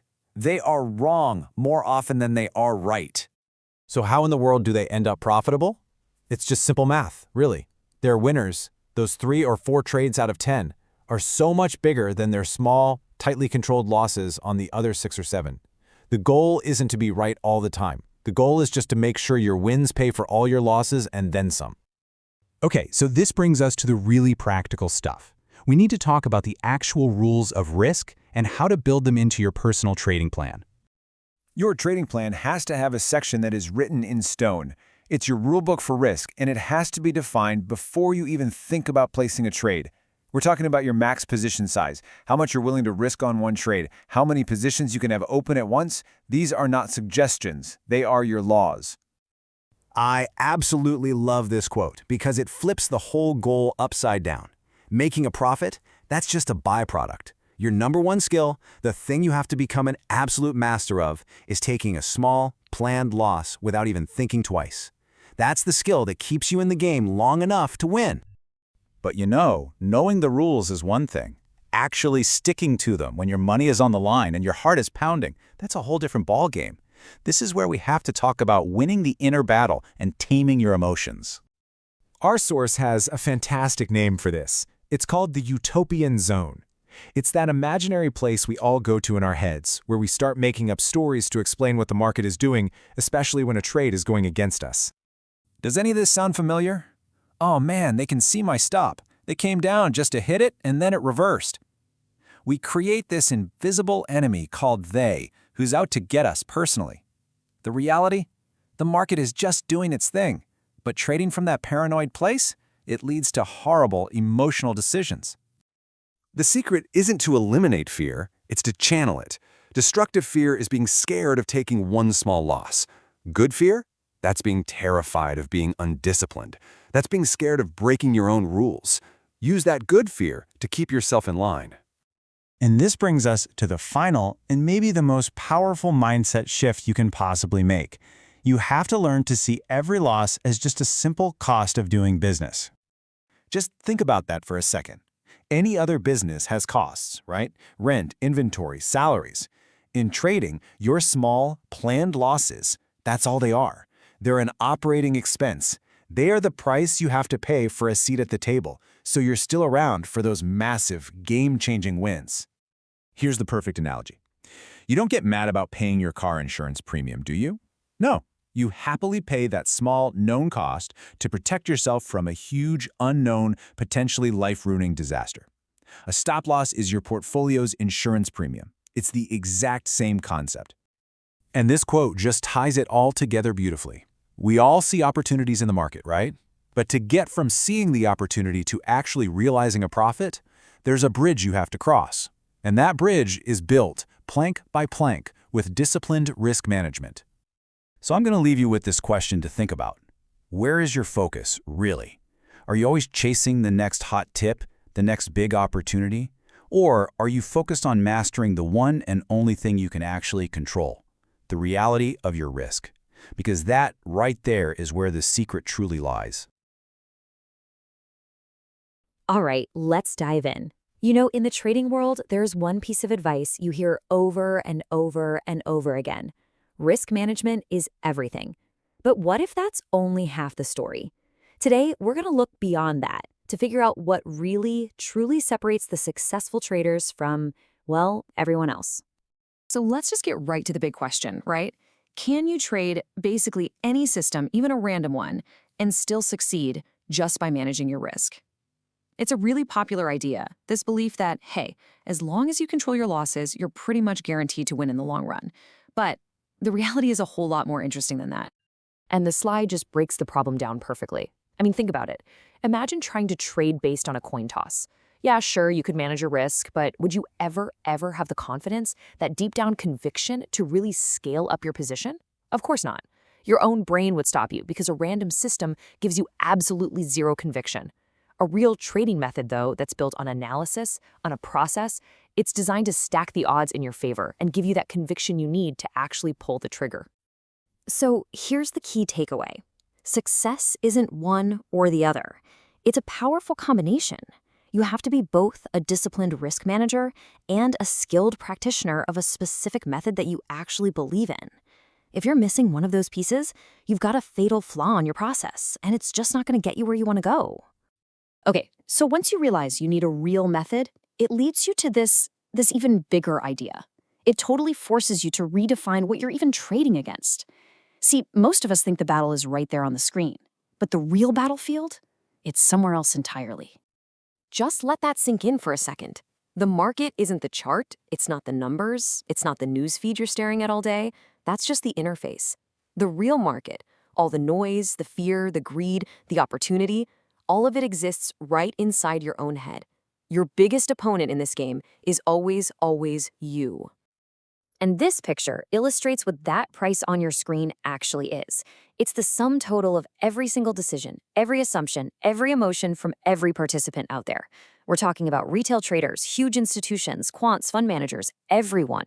The price just soaks up all their views, their strategies, and their feelings. So you might be asking, how on earth does a regular trader stand a chance against these massive, well-informed institutions? The answer is right here. Process. A disciplined, well-defined process is the bridge. It's what all the big, organized players have, and it's what you can build for yourself. It is the great equalizer that allows a sincere, disciplined trader to get rewarded, no matter how big their account is. This brings us to one of the most frustrating things any trader goes through. You find what seems like the perfect strategy, and then it just stops working. This leads to that endless cycle of strategy hopping, which is so hard to break because of something called the lock and key problem.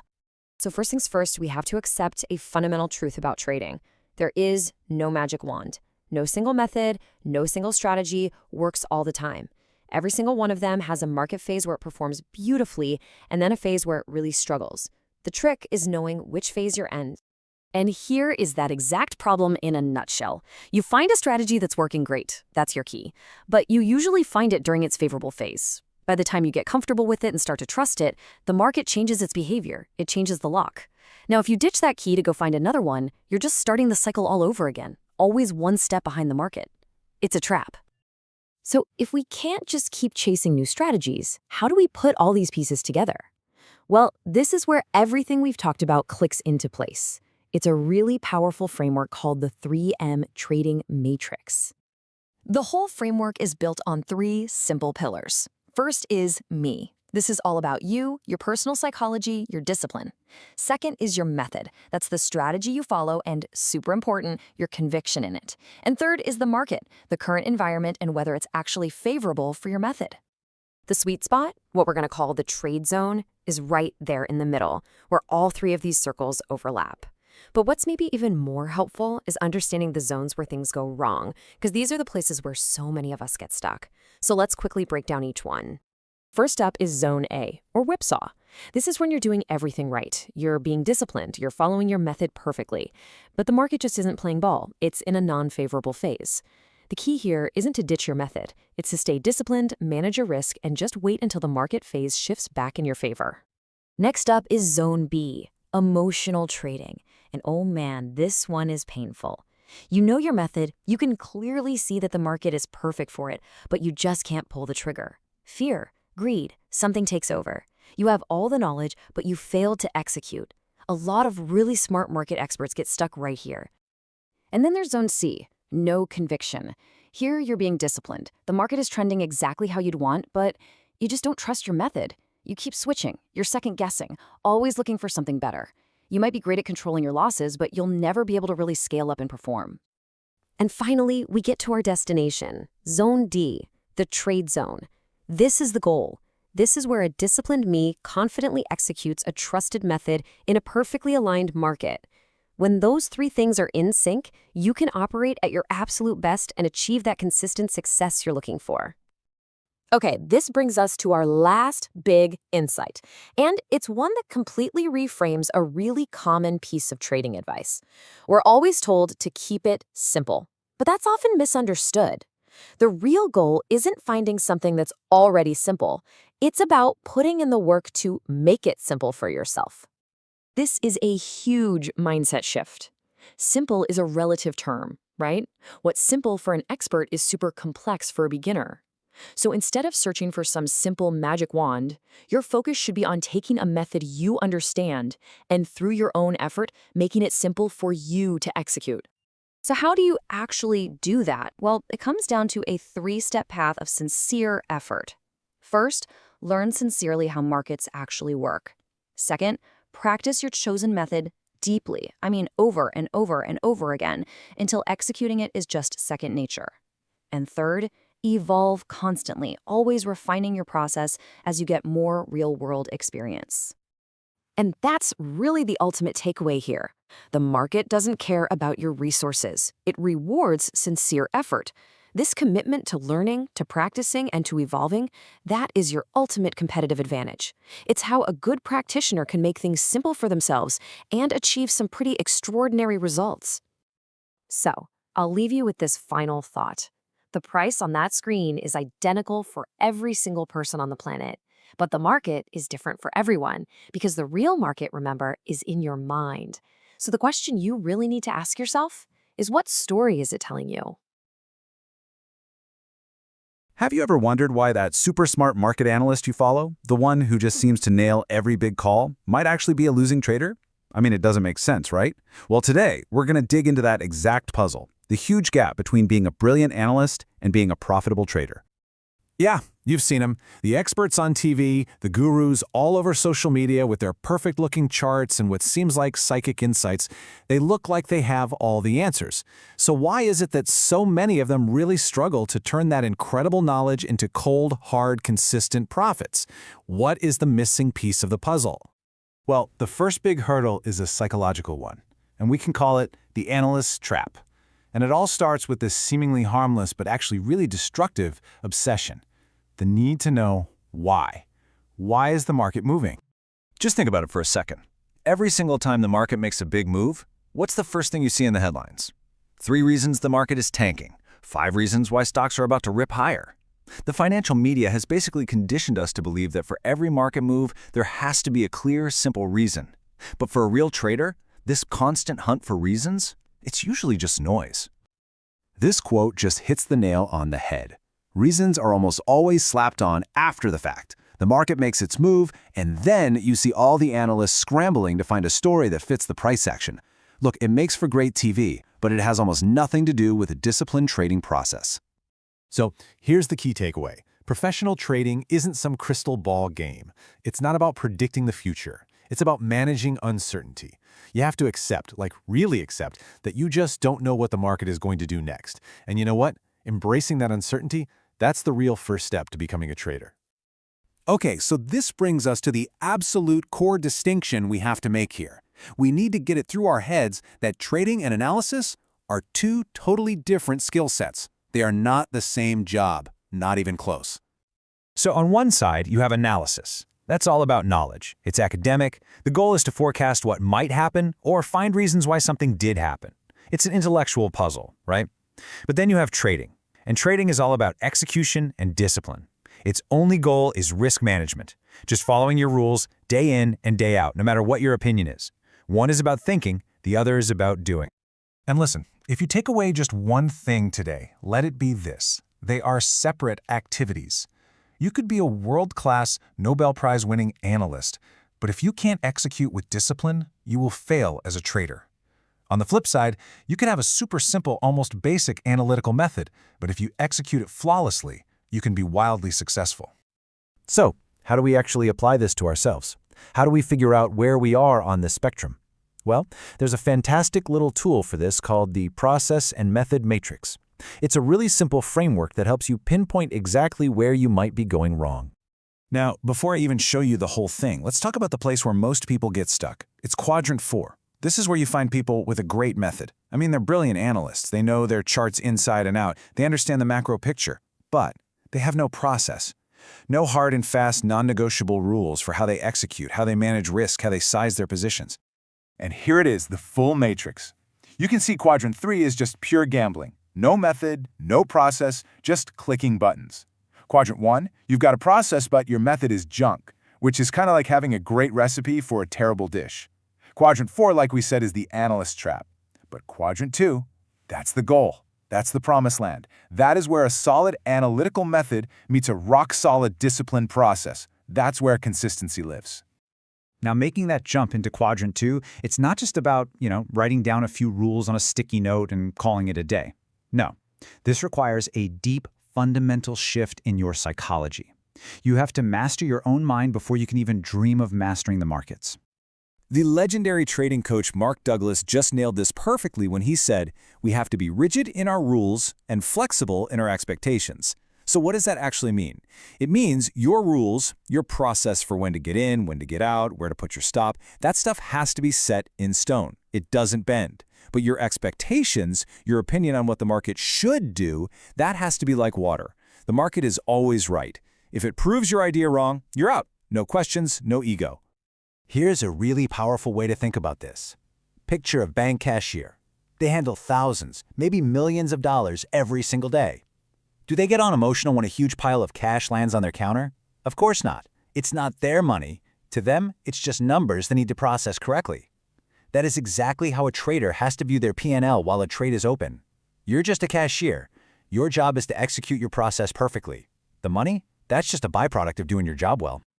All right, but what about those days when the market just goes haywire? You know, when volatility spikes, everything's flashing red, and it feels like the world is ending. How in the world do you stick to a process then? Well, you have to have a plan for the chaos. First things first, let's give these crazy days a name. The source material calls them anchor days. These are the days defined by just exceptional volatility, usually kicked off by some major news event or a shock to the system. And honestly, just being able to identify and say, okay, we're in an anchor day is the critical first step. So you need an anchor day plan, and you can think of it like a pilot's emergency checklist for flying through severe turbulence. Step 1, recognize it's an anchor day. Your normal playbook might not work. Step 2, activate your special, predefined strategy just for this kind of day. Step 3, simplify everything. Stop chasing dozens of different stocks. Maybe you just focus on the main index trend. And step 4, the most important one, protect your capital. A stop loss goes in the instant you enter a trade. No hesitation, no exceptions. This is how you turn pure panic into a structured, professional response.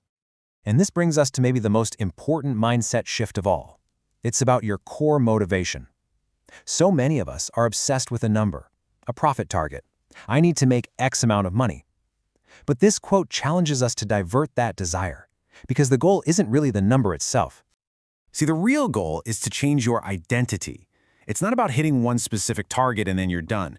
It's about becoming the type of person, a good practitioner, a disciplined professional, who executes a process so flawlessly that hitting targets just becomes the natural outcome of who you are and what you do. So I'll leave you with this one final question to think about. When you sit down to trade, when you look at your screen, where is your focus? Is it glued to that little P&L number flashing green and red, bouncing up and down? Or is it laser-focused on how well you executed your plan? The answer to that question will tell you everything you need to know about where you are on your journey from being an analyst to becoming a trader. All right, today we're going to do something a little different. We're not diving into charts. We're not talking about the latest indicator. No, we're going to look in the mirror, because that's where the real key to success in the markets is hiding, right in plain sight. So this is the big one, right? It's the question that kicks off pretty much every trader's journey. We've all been there, hunting for that perfect system, the holy grail that's just going to print money. We think, man, if I can just find that, I'm set. But what if the secret isn't a secret at all? The legendary trader Richard Dennis, the guy behind the whole turtle trading experiment, he got this completely. He basically said you could splash his rules on the front page of a newspaper and it wouldn't matter. Why? Because the rules themselves weren't the magic. The real edge, the real secret sauce, was having the discipline to just follow the rules. Every single day, no exceptions. Okay, so let's dig into that idea. This constant search for the perfect strategy. It's not just a waste of time, it's actually a trap, and it's what keeps so many people from ever finding real success. I mean, just think about it for a second. If the strategy was everything, then you could give the same set of rules to two different traders and they'd get the exact same results. But that never happens, does it? Their results are almost always wildly different. And that right there tells you everything you need to know. The strategy, it isn't the most important piece of the puzzle. So if it's not the method, what is it? Well, the thing that makes all the difference, the thing that separates the winners from the losers, it isn't the market. It isn't your fancy software. It's you. It's the person clicking the mouse. This is where we need a major mindset shift. We spend all this energy looking for the perfect tool, the perfect hammer. But what we really need to do is focus on becoming a master carpenter. You see, a great strategy in the hands of an undisciplined trader is, well, it's useless. But a disciplined trader, they can make money with even a pretty average strategy. Okay, look, this might sound a little harsh, but here it is. The problem is you. And the moment you realize that, that's when everything changes. It's actually the most powerful realization you can have as a trader, because you can't control what the market does next, right? But you have 100% control over what you do next.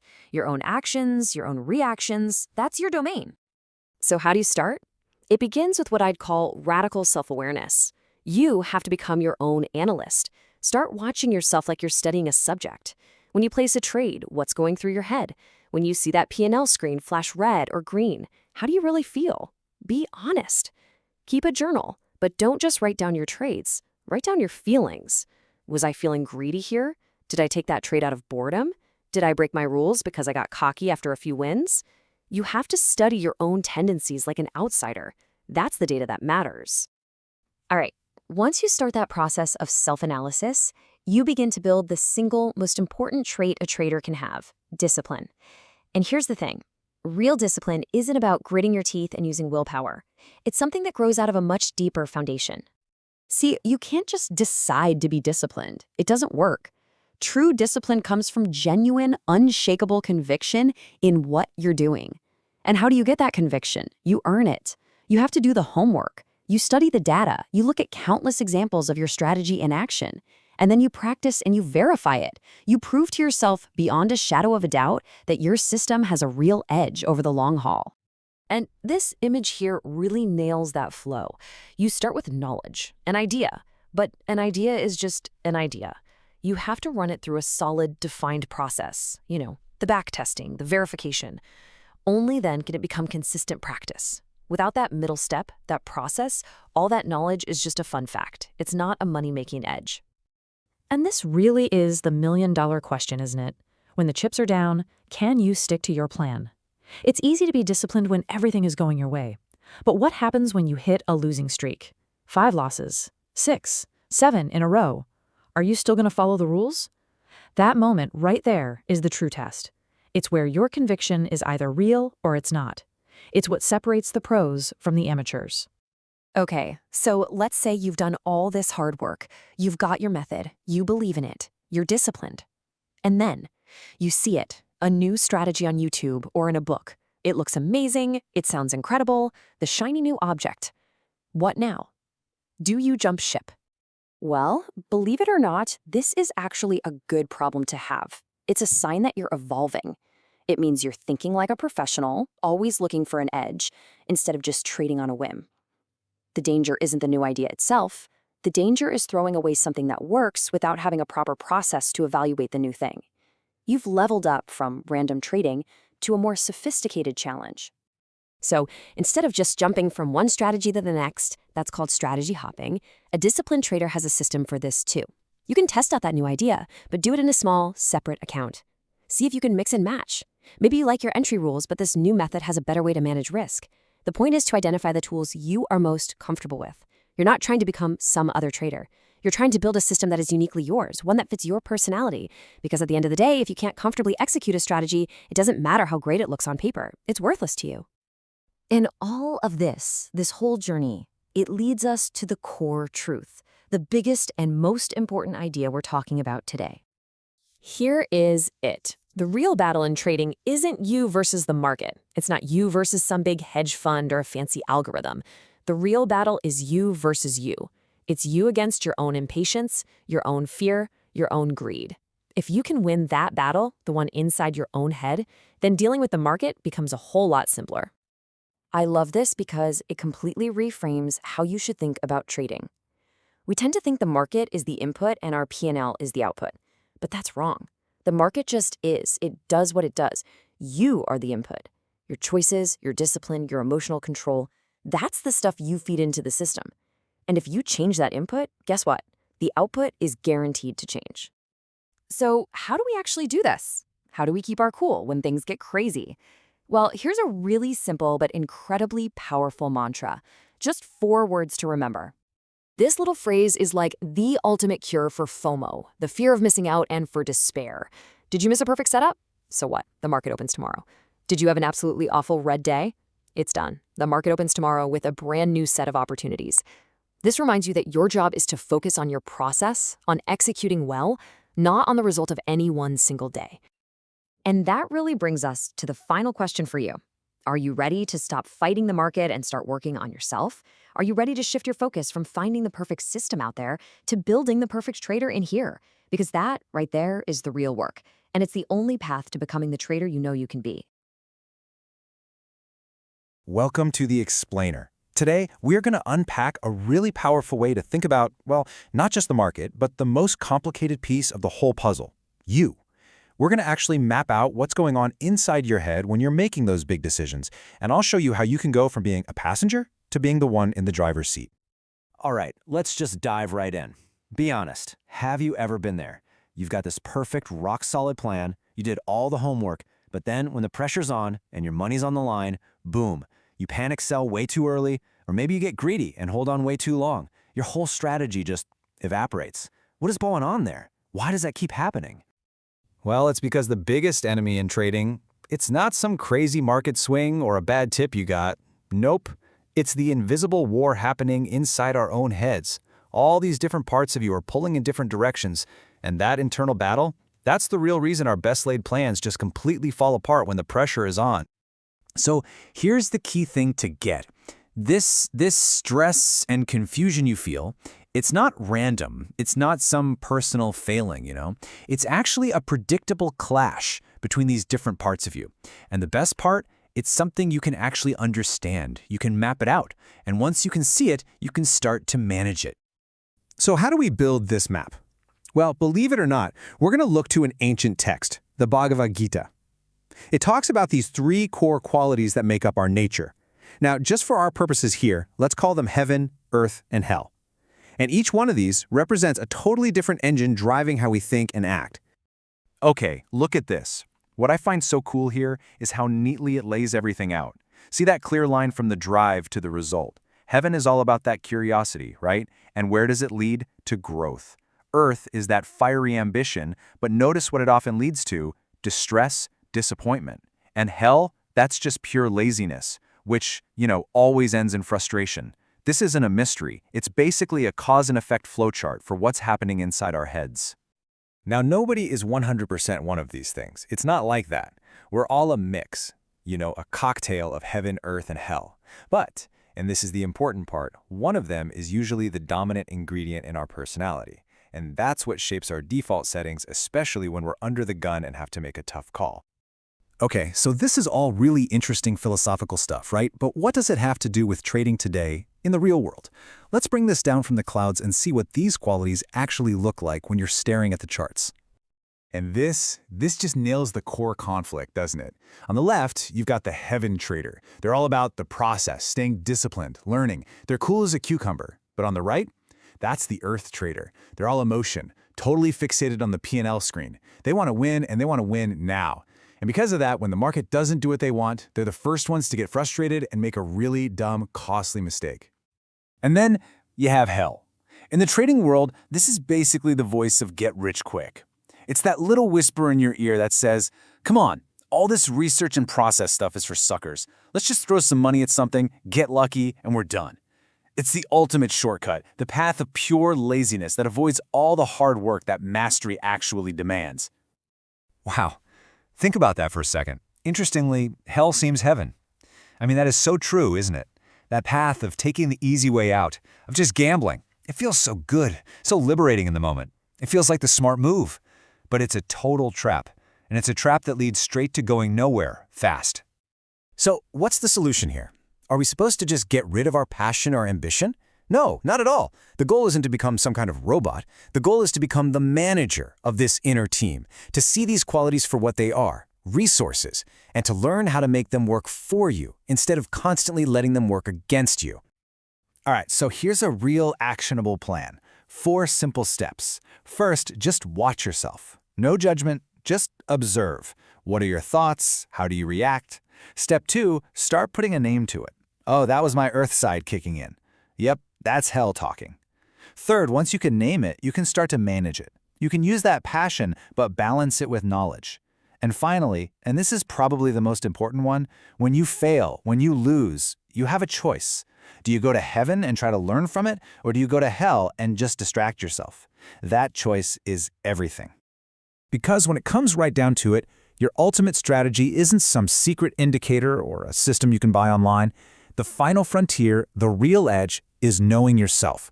So let's run through a few quick diagnostic questions to help you figure out what's really going on. Okay, first one. Do you overthink? And I mean really overthink. The second you click that buy button, what happens inside your head? Are you immediately jumping back to the charts, looking for more reasons why you were right? Second-guessing everything? That's a huge red flag. It means there's a civil war happening in your mind, and it's tearing down the very plan you just decided to follow. Ah, this one's a classic. When a trade goes south, do you take it personally? Does it feel like a personal attack, like the market itself has it out for you? If you're nodding your head right now, that is a massive sign that your earth side, your ambition, your ego, is running the whole show. It's tying your sense of self-worth to whether a ticker goes up or down. That's a dangerous game. And this one, just try this. Pay super close attention to the exact moment right after you enter a trade. What's the immediate thought? Is it calm? Detached? Focused on the plan? That's heaven. Is your heart pounding with visions of riches or nightmares of ruin? That's earth. Or have you already closed the window and started scrolling through social media? That's hell. That one little moment tells you everything about who's really in charge. And that brings us to the biggest takeaway of all. Any set of rules is good, but rules that you create based on a real understanding of yourself, they're going to be 1,000 times more effective. It's about building a system that works with your nature, not one that's constantly fighting against it. So let's leave you with this. The market is always going to be this giant, complicated puzzle. But what if we've been spending all our time trying to solve it from the outside in? The real breakthrough, the real aha moment, comes when you finally realize that the most important piece of that entire puzzle, the key that unlocks the whole thing, is you. So stop trying to just solve the market. Start by understanding the person who's trying to solve it. Okay, let's be real for a second. Have you ever known exactly what you were supposed to do in a trade, but then you just did the exact opposite? Well, today we're going to dig into why that happens. We're breaking down a really powerful mental framework that shows how just one tiny shift in your thinking can totally transform you from an emotional trader into a disciplined one. And let's start right here with a feeling I bet is super familiar to anyone who's ever traded. It's that awful sinking feeling, that frustration when you've got a great plan, you know all the rules, but then, right in the heat of the moment, your emotions just hijack your brain. And you find yourself stuck in that same old loop, making the same mistakes over and over again. So what is this emotional loop, really? Why does our discipline just seem to, evaporate right when we need it the most? It's so easy to blame the market, right? Blame the volatility, a bad setup. But the framework we're looking at today says the real cause isn't external at all. Nope, it's something way deeper, inside us. And here it is. This is the big one. The core problem, the very root of that whole emotional mess, isn't that you don't have enough knowledge or your strategy is flawed. It's that you have the wrong desire. Now that might sound almost too simple, but trust me, this is the crucial point that changes the entire game. Let's really unpack what that means. So this brings us to the first of two paths we're going to explore. And this is the path of wrong desire. You could say it's the default setting for most traders, and man, it is a direct route to frustration, to anger, and to the kind of emotional decisions that just absolutely drain your account. Now, take a look at this flowchart. When your main desire, right there at the top, is just money, notice how everything that follows becomes this tangled, chaotic mess. Your focus, your actions, they all get funneled into this short-term emotional loop. You get obsessed with the outcome, and that, my friends, is a surefire way to learn all the wrong lessons. And this laser focus on money, it just creates this domino effect of bad behavior. Does any of this sound familiar? You're constantly watching your P&L, feeling that knot in your stomach with every single tick. This, of course, leads to impulsive, emotional calls.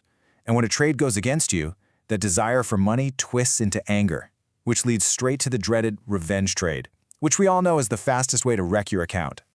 But here's the good news. There is another way.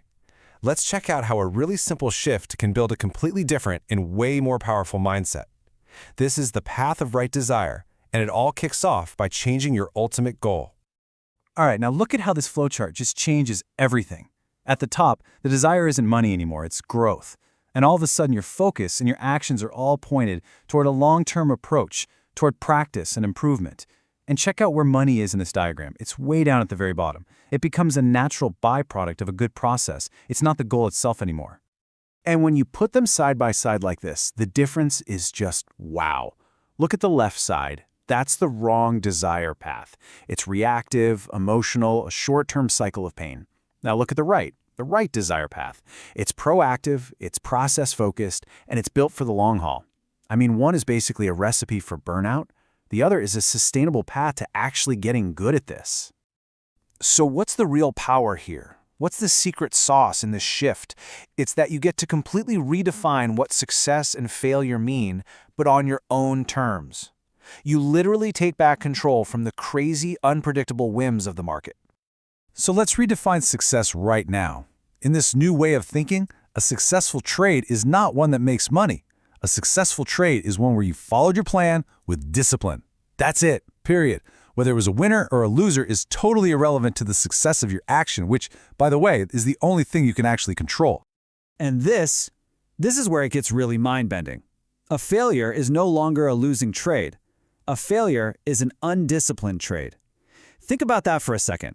Even if an impulsive, emotional trade accidentally makes you a bunch of money, it's still a failure. Why? Because you just reinforced a terrible habit. You got lucky, sure, but you were not successful. This right here perfectly sums up the entire mindset shift. You stop tying your self-worth, your definition of success, to the totally random outcomes of the market. Instead, you tie it to your own discipline, your process, your actions, the only things you have 100% control over. Okay, this all leads us to one final, really powerful idea. If the goal isn't money, and success isn't profit, then what is trading really about? What's the real battle that you're fighting every single day you sit down at your screen? This is it. The market is not your opponent. It's not some evil entity trying to take your money. The real fight, the real struggle is internal. You're battling your own impatience. You're fighting your fear, your greed, that burning desire for revenge. You are literally fighting your own self. You know, the market is completely and totally neutral. It doesn't care about you, it doesn't care about your positions, it doesn't give you money, and it doesn't take your money away. All it does is provide a constant stream of information to everyone, equally. Your results are simply a reflection of how you interpret and act on that information. So ultimately, your trading account isn't just a record of wins and losses. It's a direct reflection of your thought process, your discipline, and your emotions. The market is basically a giant mirror that exposes who you really are. So the final question I want to leave you with is this. When you look at your trading, what does that mirror show you? Welcome to The Explainer. Today we're going to break down that intense psychological battle, the one every single trader faces. And here's the thing, it's not a fight against the market, it's a fight against yourself. All right, let's just get right into it. Have you ever felt that internal tug of war over a trade? Well, that feeling is not just in your head. It is a very real conflict between two distinct personalities that are right there inside you. So we're diving into what we're calling trading's inner battlefield. And this conflict, it's described as this constant competition. Seriously, think about it like this. It's a state where one single emotion, maybe it's greed, maybe it's anger, just completely takes the wheel, and it leads to these awful decisions. Even when there's that little voice inside you just screaming, "No, this is the wrong move." Okay, so the source material talks about good and evil personalities. But let's be super clear here. This has nothing to do with being a morally good or bad person in your daily life. Not at all. When we're talking about trading, it's all about which set of qualities is in the driver's seat, Which one is controlling your actions from one moment to the next? All right, on to our next section, your two trading personalities. We're going to break down exactly what these two sides of you look like, because honestly, if you don't understand them, how are you ever going to get them under control? And wow, this really just lays it all out, doesn't it? On one side, you've got your good personality. That's the disciplined, process-driven you, the one that's all about knowledge, practice, and self-control. And on the other side, well, there's the evil personality. This is the one driven by anger, ego, pride, greed, all that impulsive stuff. It's literally the difference between building a sustainable trading career and just, throwing dice at a casino. So let's talk about that good personality. Think of this as your inner strategist, right?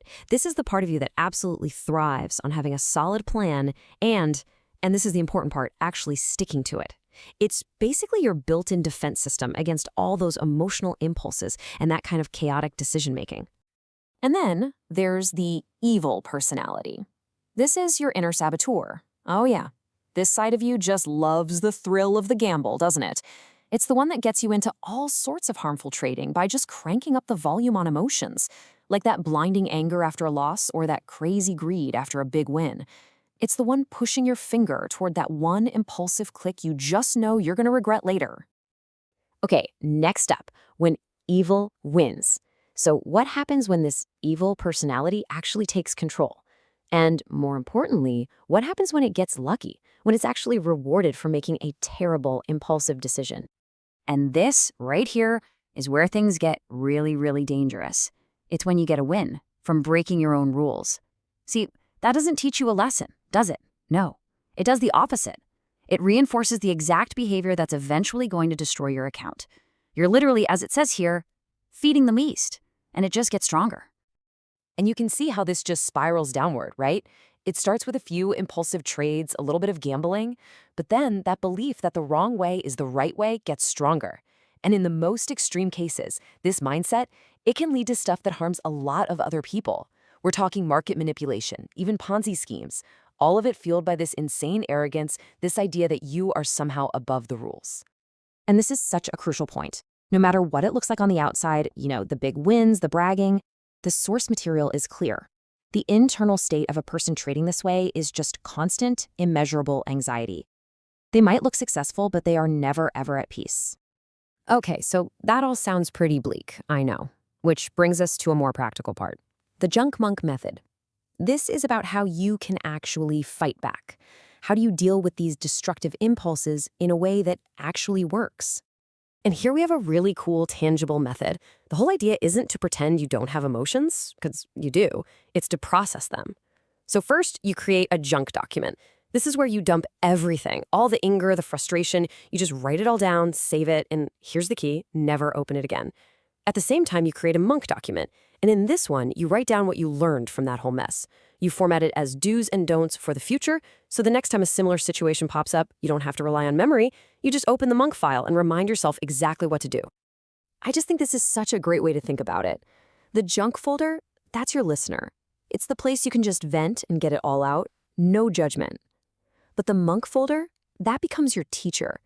It's like your own personal mentor that you built yourself, lesson by lesson, from your own hard-won experience. And that leads us right into our final section, choosing who to feed. Because ultimately, what this all boils down to is that this inner battle, it's not something you win in one big heroic moment. Note, it's won through a conscious choice you have to make every single day about where you're going to put your focus and your energy. And really, that's the big takeaway here. Negative thoughts, they're going to happen. They're inevitable. The goal isn't to become some kind of robot who never has an impulsive or greedy thought. Come on, that's just unrealistic. The real goal is to have a system ready to go, like that junk monk method, so that when the thought shows up, you know exactly how to manage it, instead of letting it manage you. You have to be proactive. Promise yourself every single morning that you will stick to your trading rules and principles. That's how you do it. You start the day by intentionally feeding your good personality. You're basically setting yourself up for a disciplined session before the opening bell even rings. So I'll leave you with this question. Which personality are you going to feed today? Because at the end of the day, every action you take, every single trade you put on, and every rule you decide to follow or to break, well, that's your answer. All right, let's dive into one of the biggest, most important paradoxes in all of trading. It's a single idea that, once you really get it, shows you exactly why so many traders fail and what the ones who succeed are doing totally differently. And honestly, it might just flip everything you think you know about this game completely on its head. I mean, this is the million-dollar question, isn't it? It's the thing every single one of us is chasing. But the answer isn't some secret indicator or a can't-lose strategy. The real answer is, well, it's not what you think. You heard that right. The secret to actually making consistent money is to stop trying to make money. I know, it sounds completely backwards, but stick with me here, because understanding this one mental shift is the key that unlocks everything else. It is the whole game.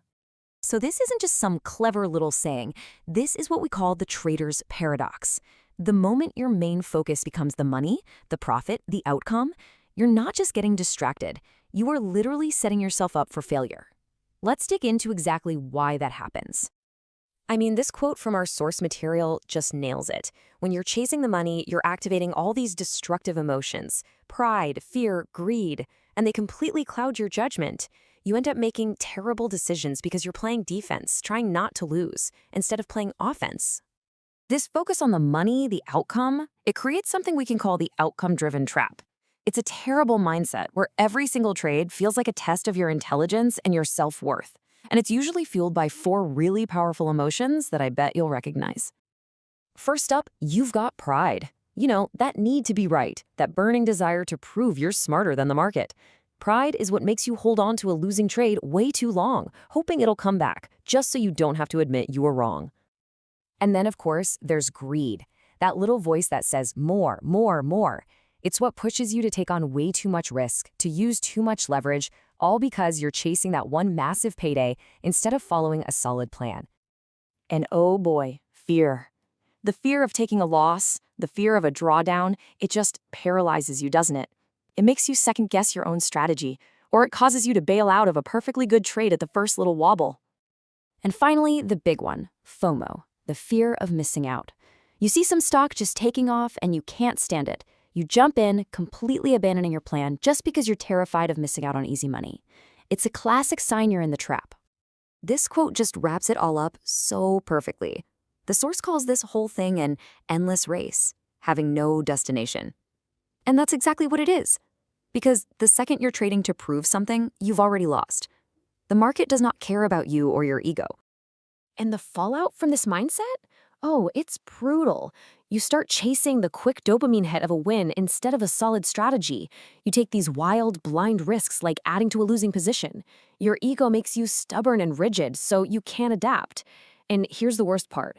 Even when you get lucky and win, you can't do it again because it was just a fluke, not a method.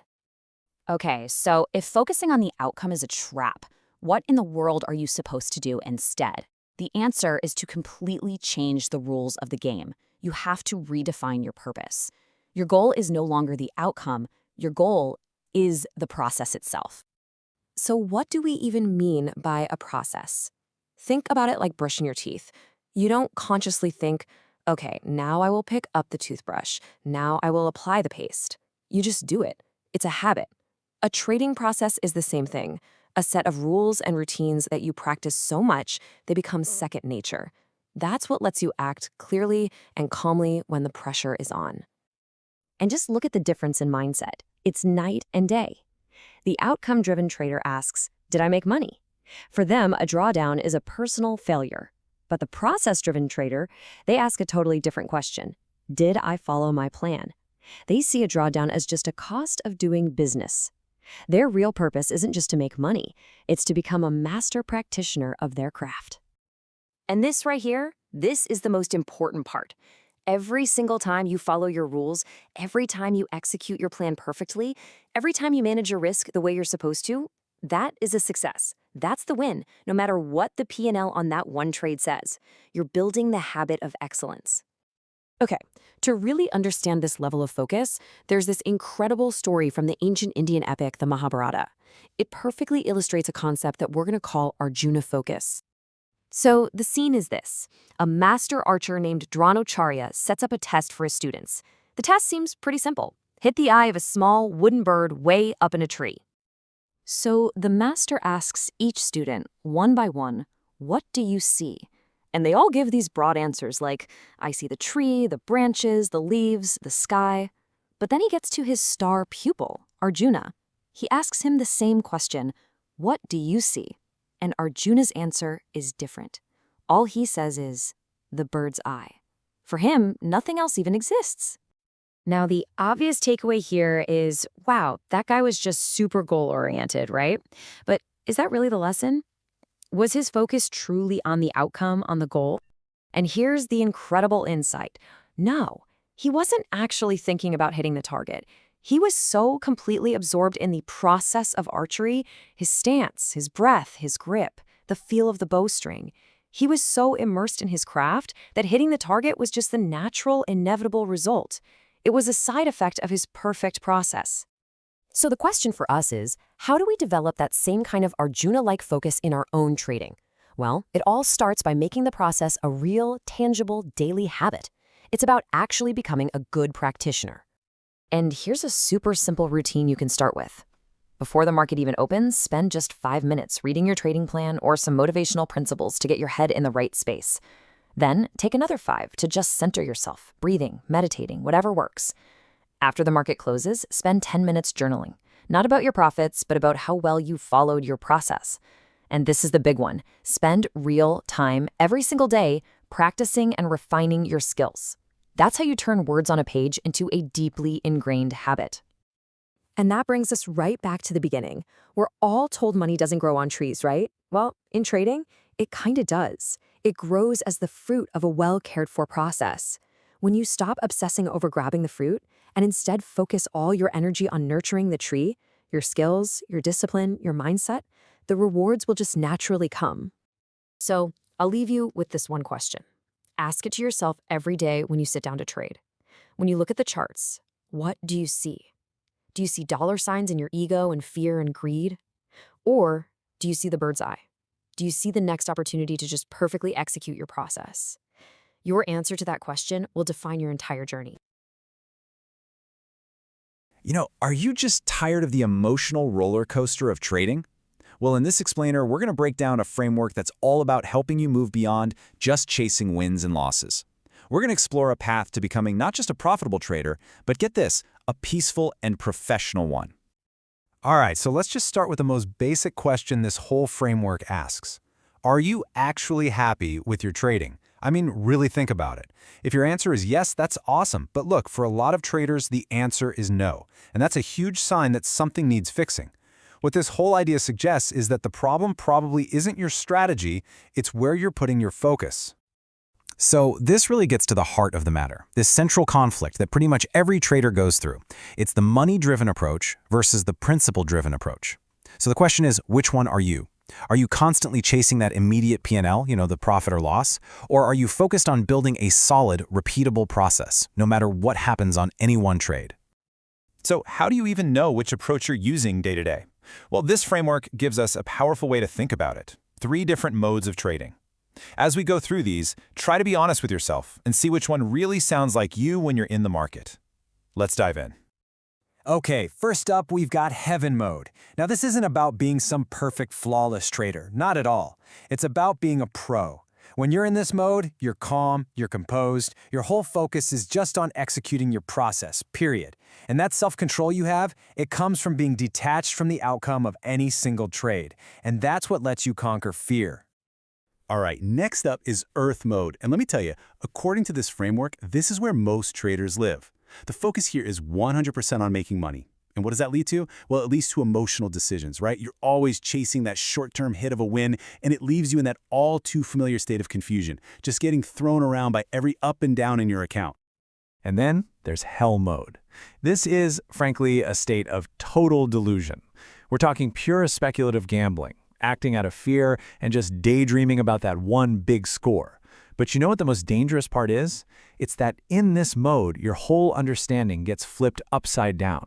You start to think that the wrong things to do are actually right, and the right principles are, well, they're just wrong. And this quote just hits the nail on the head, doesn't it? It points out the big trap. That Earth mode, the simple, direct focus on the money, it feels like the easiest way to go. It seems so logical.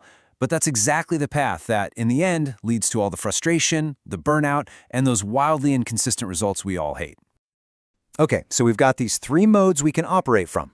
But what about us?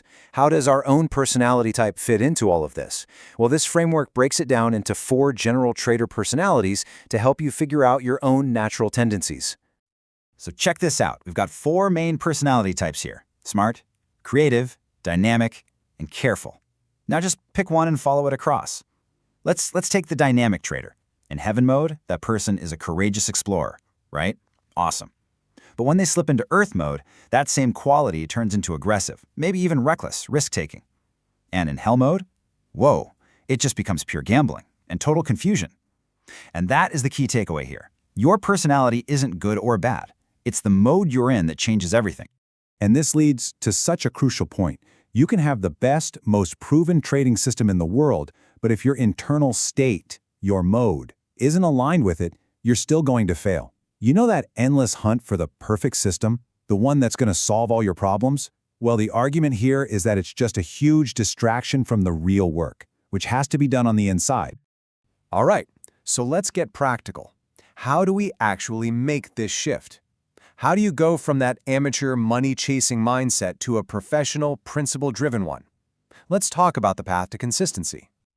So, the framework lays out a pretty clear 4-step path.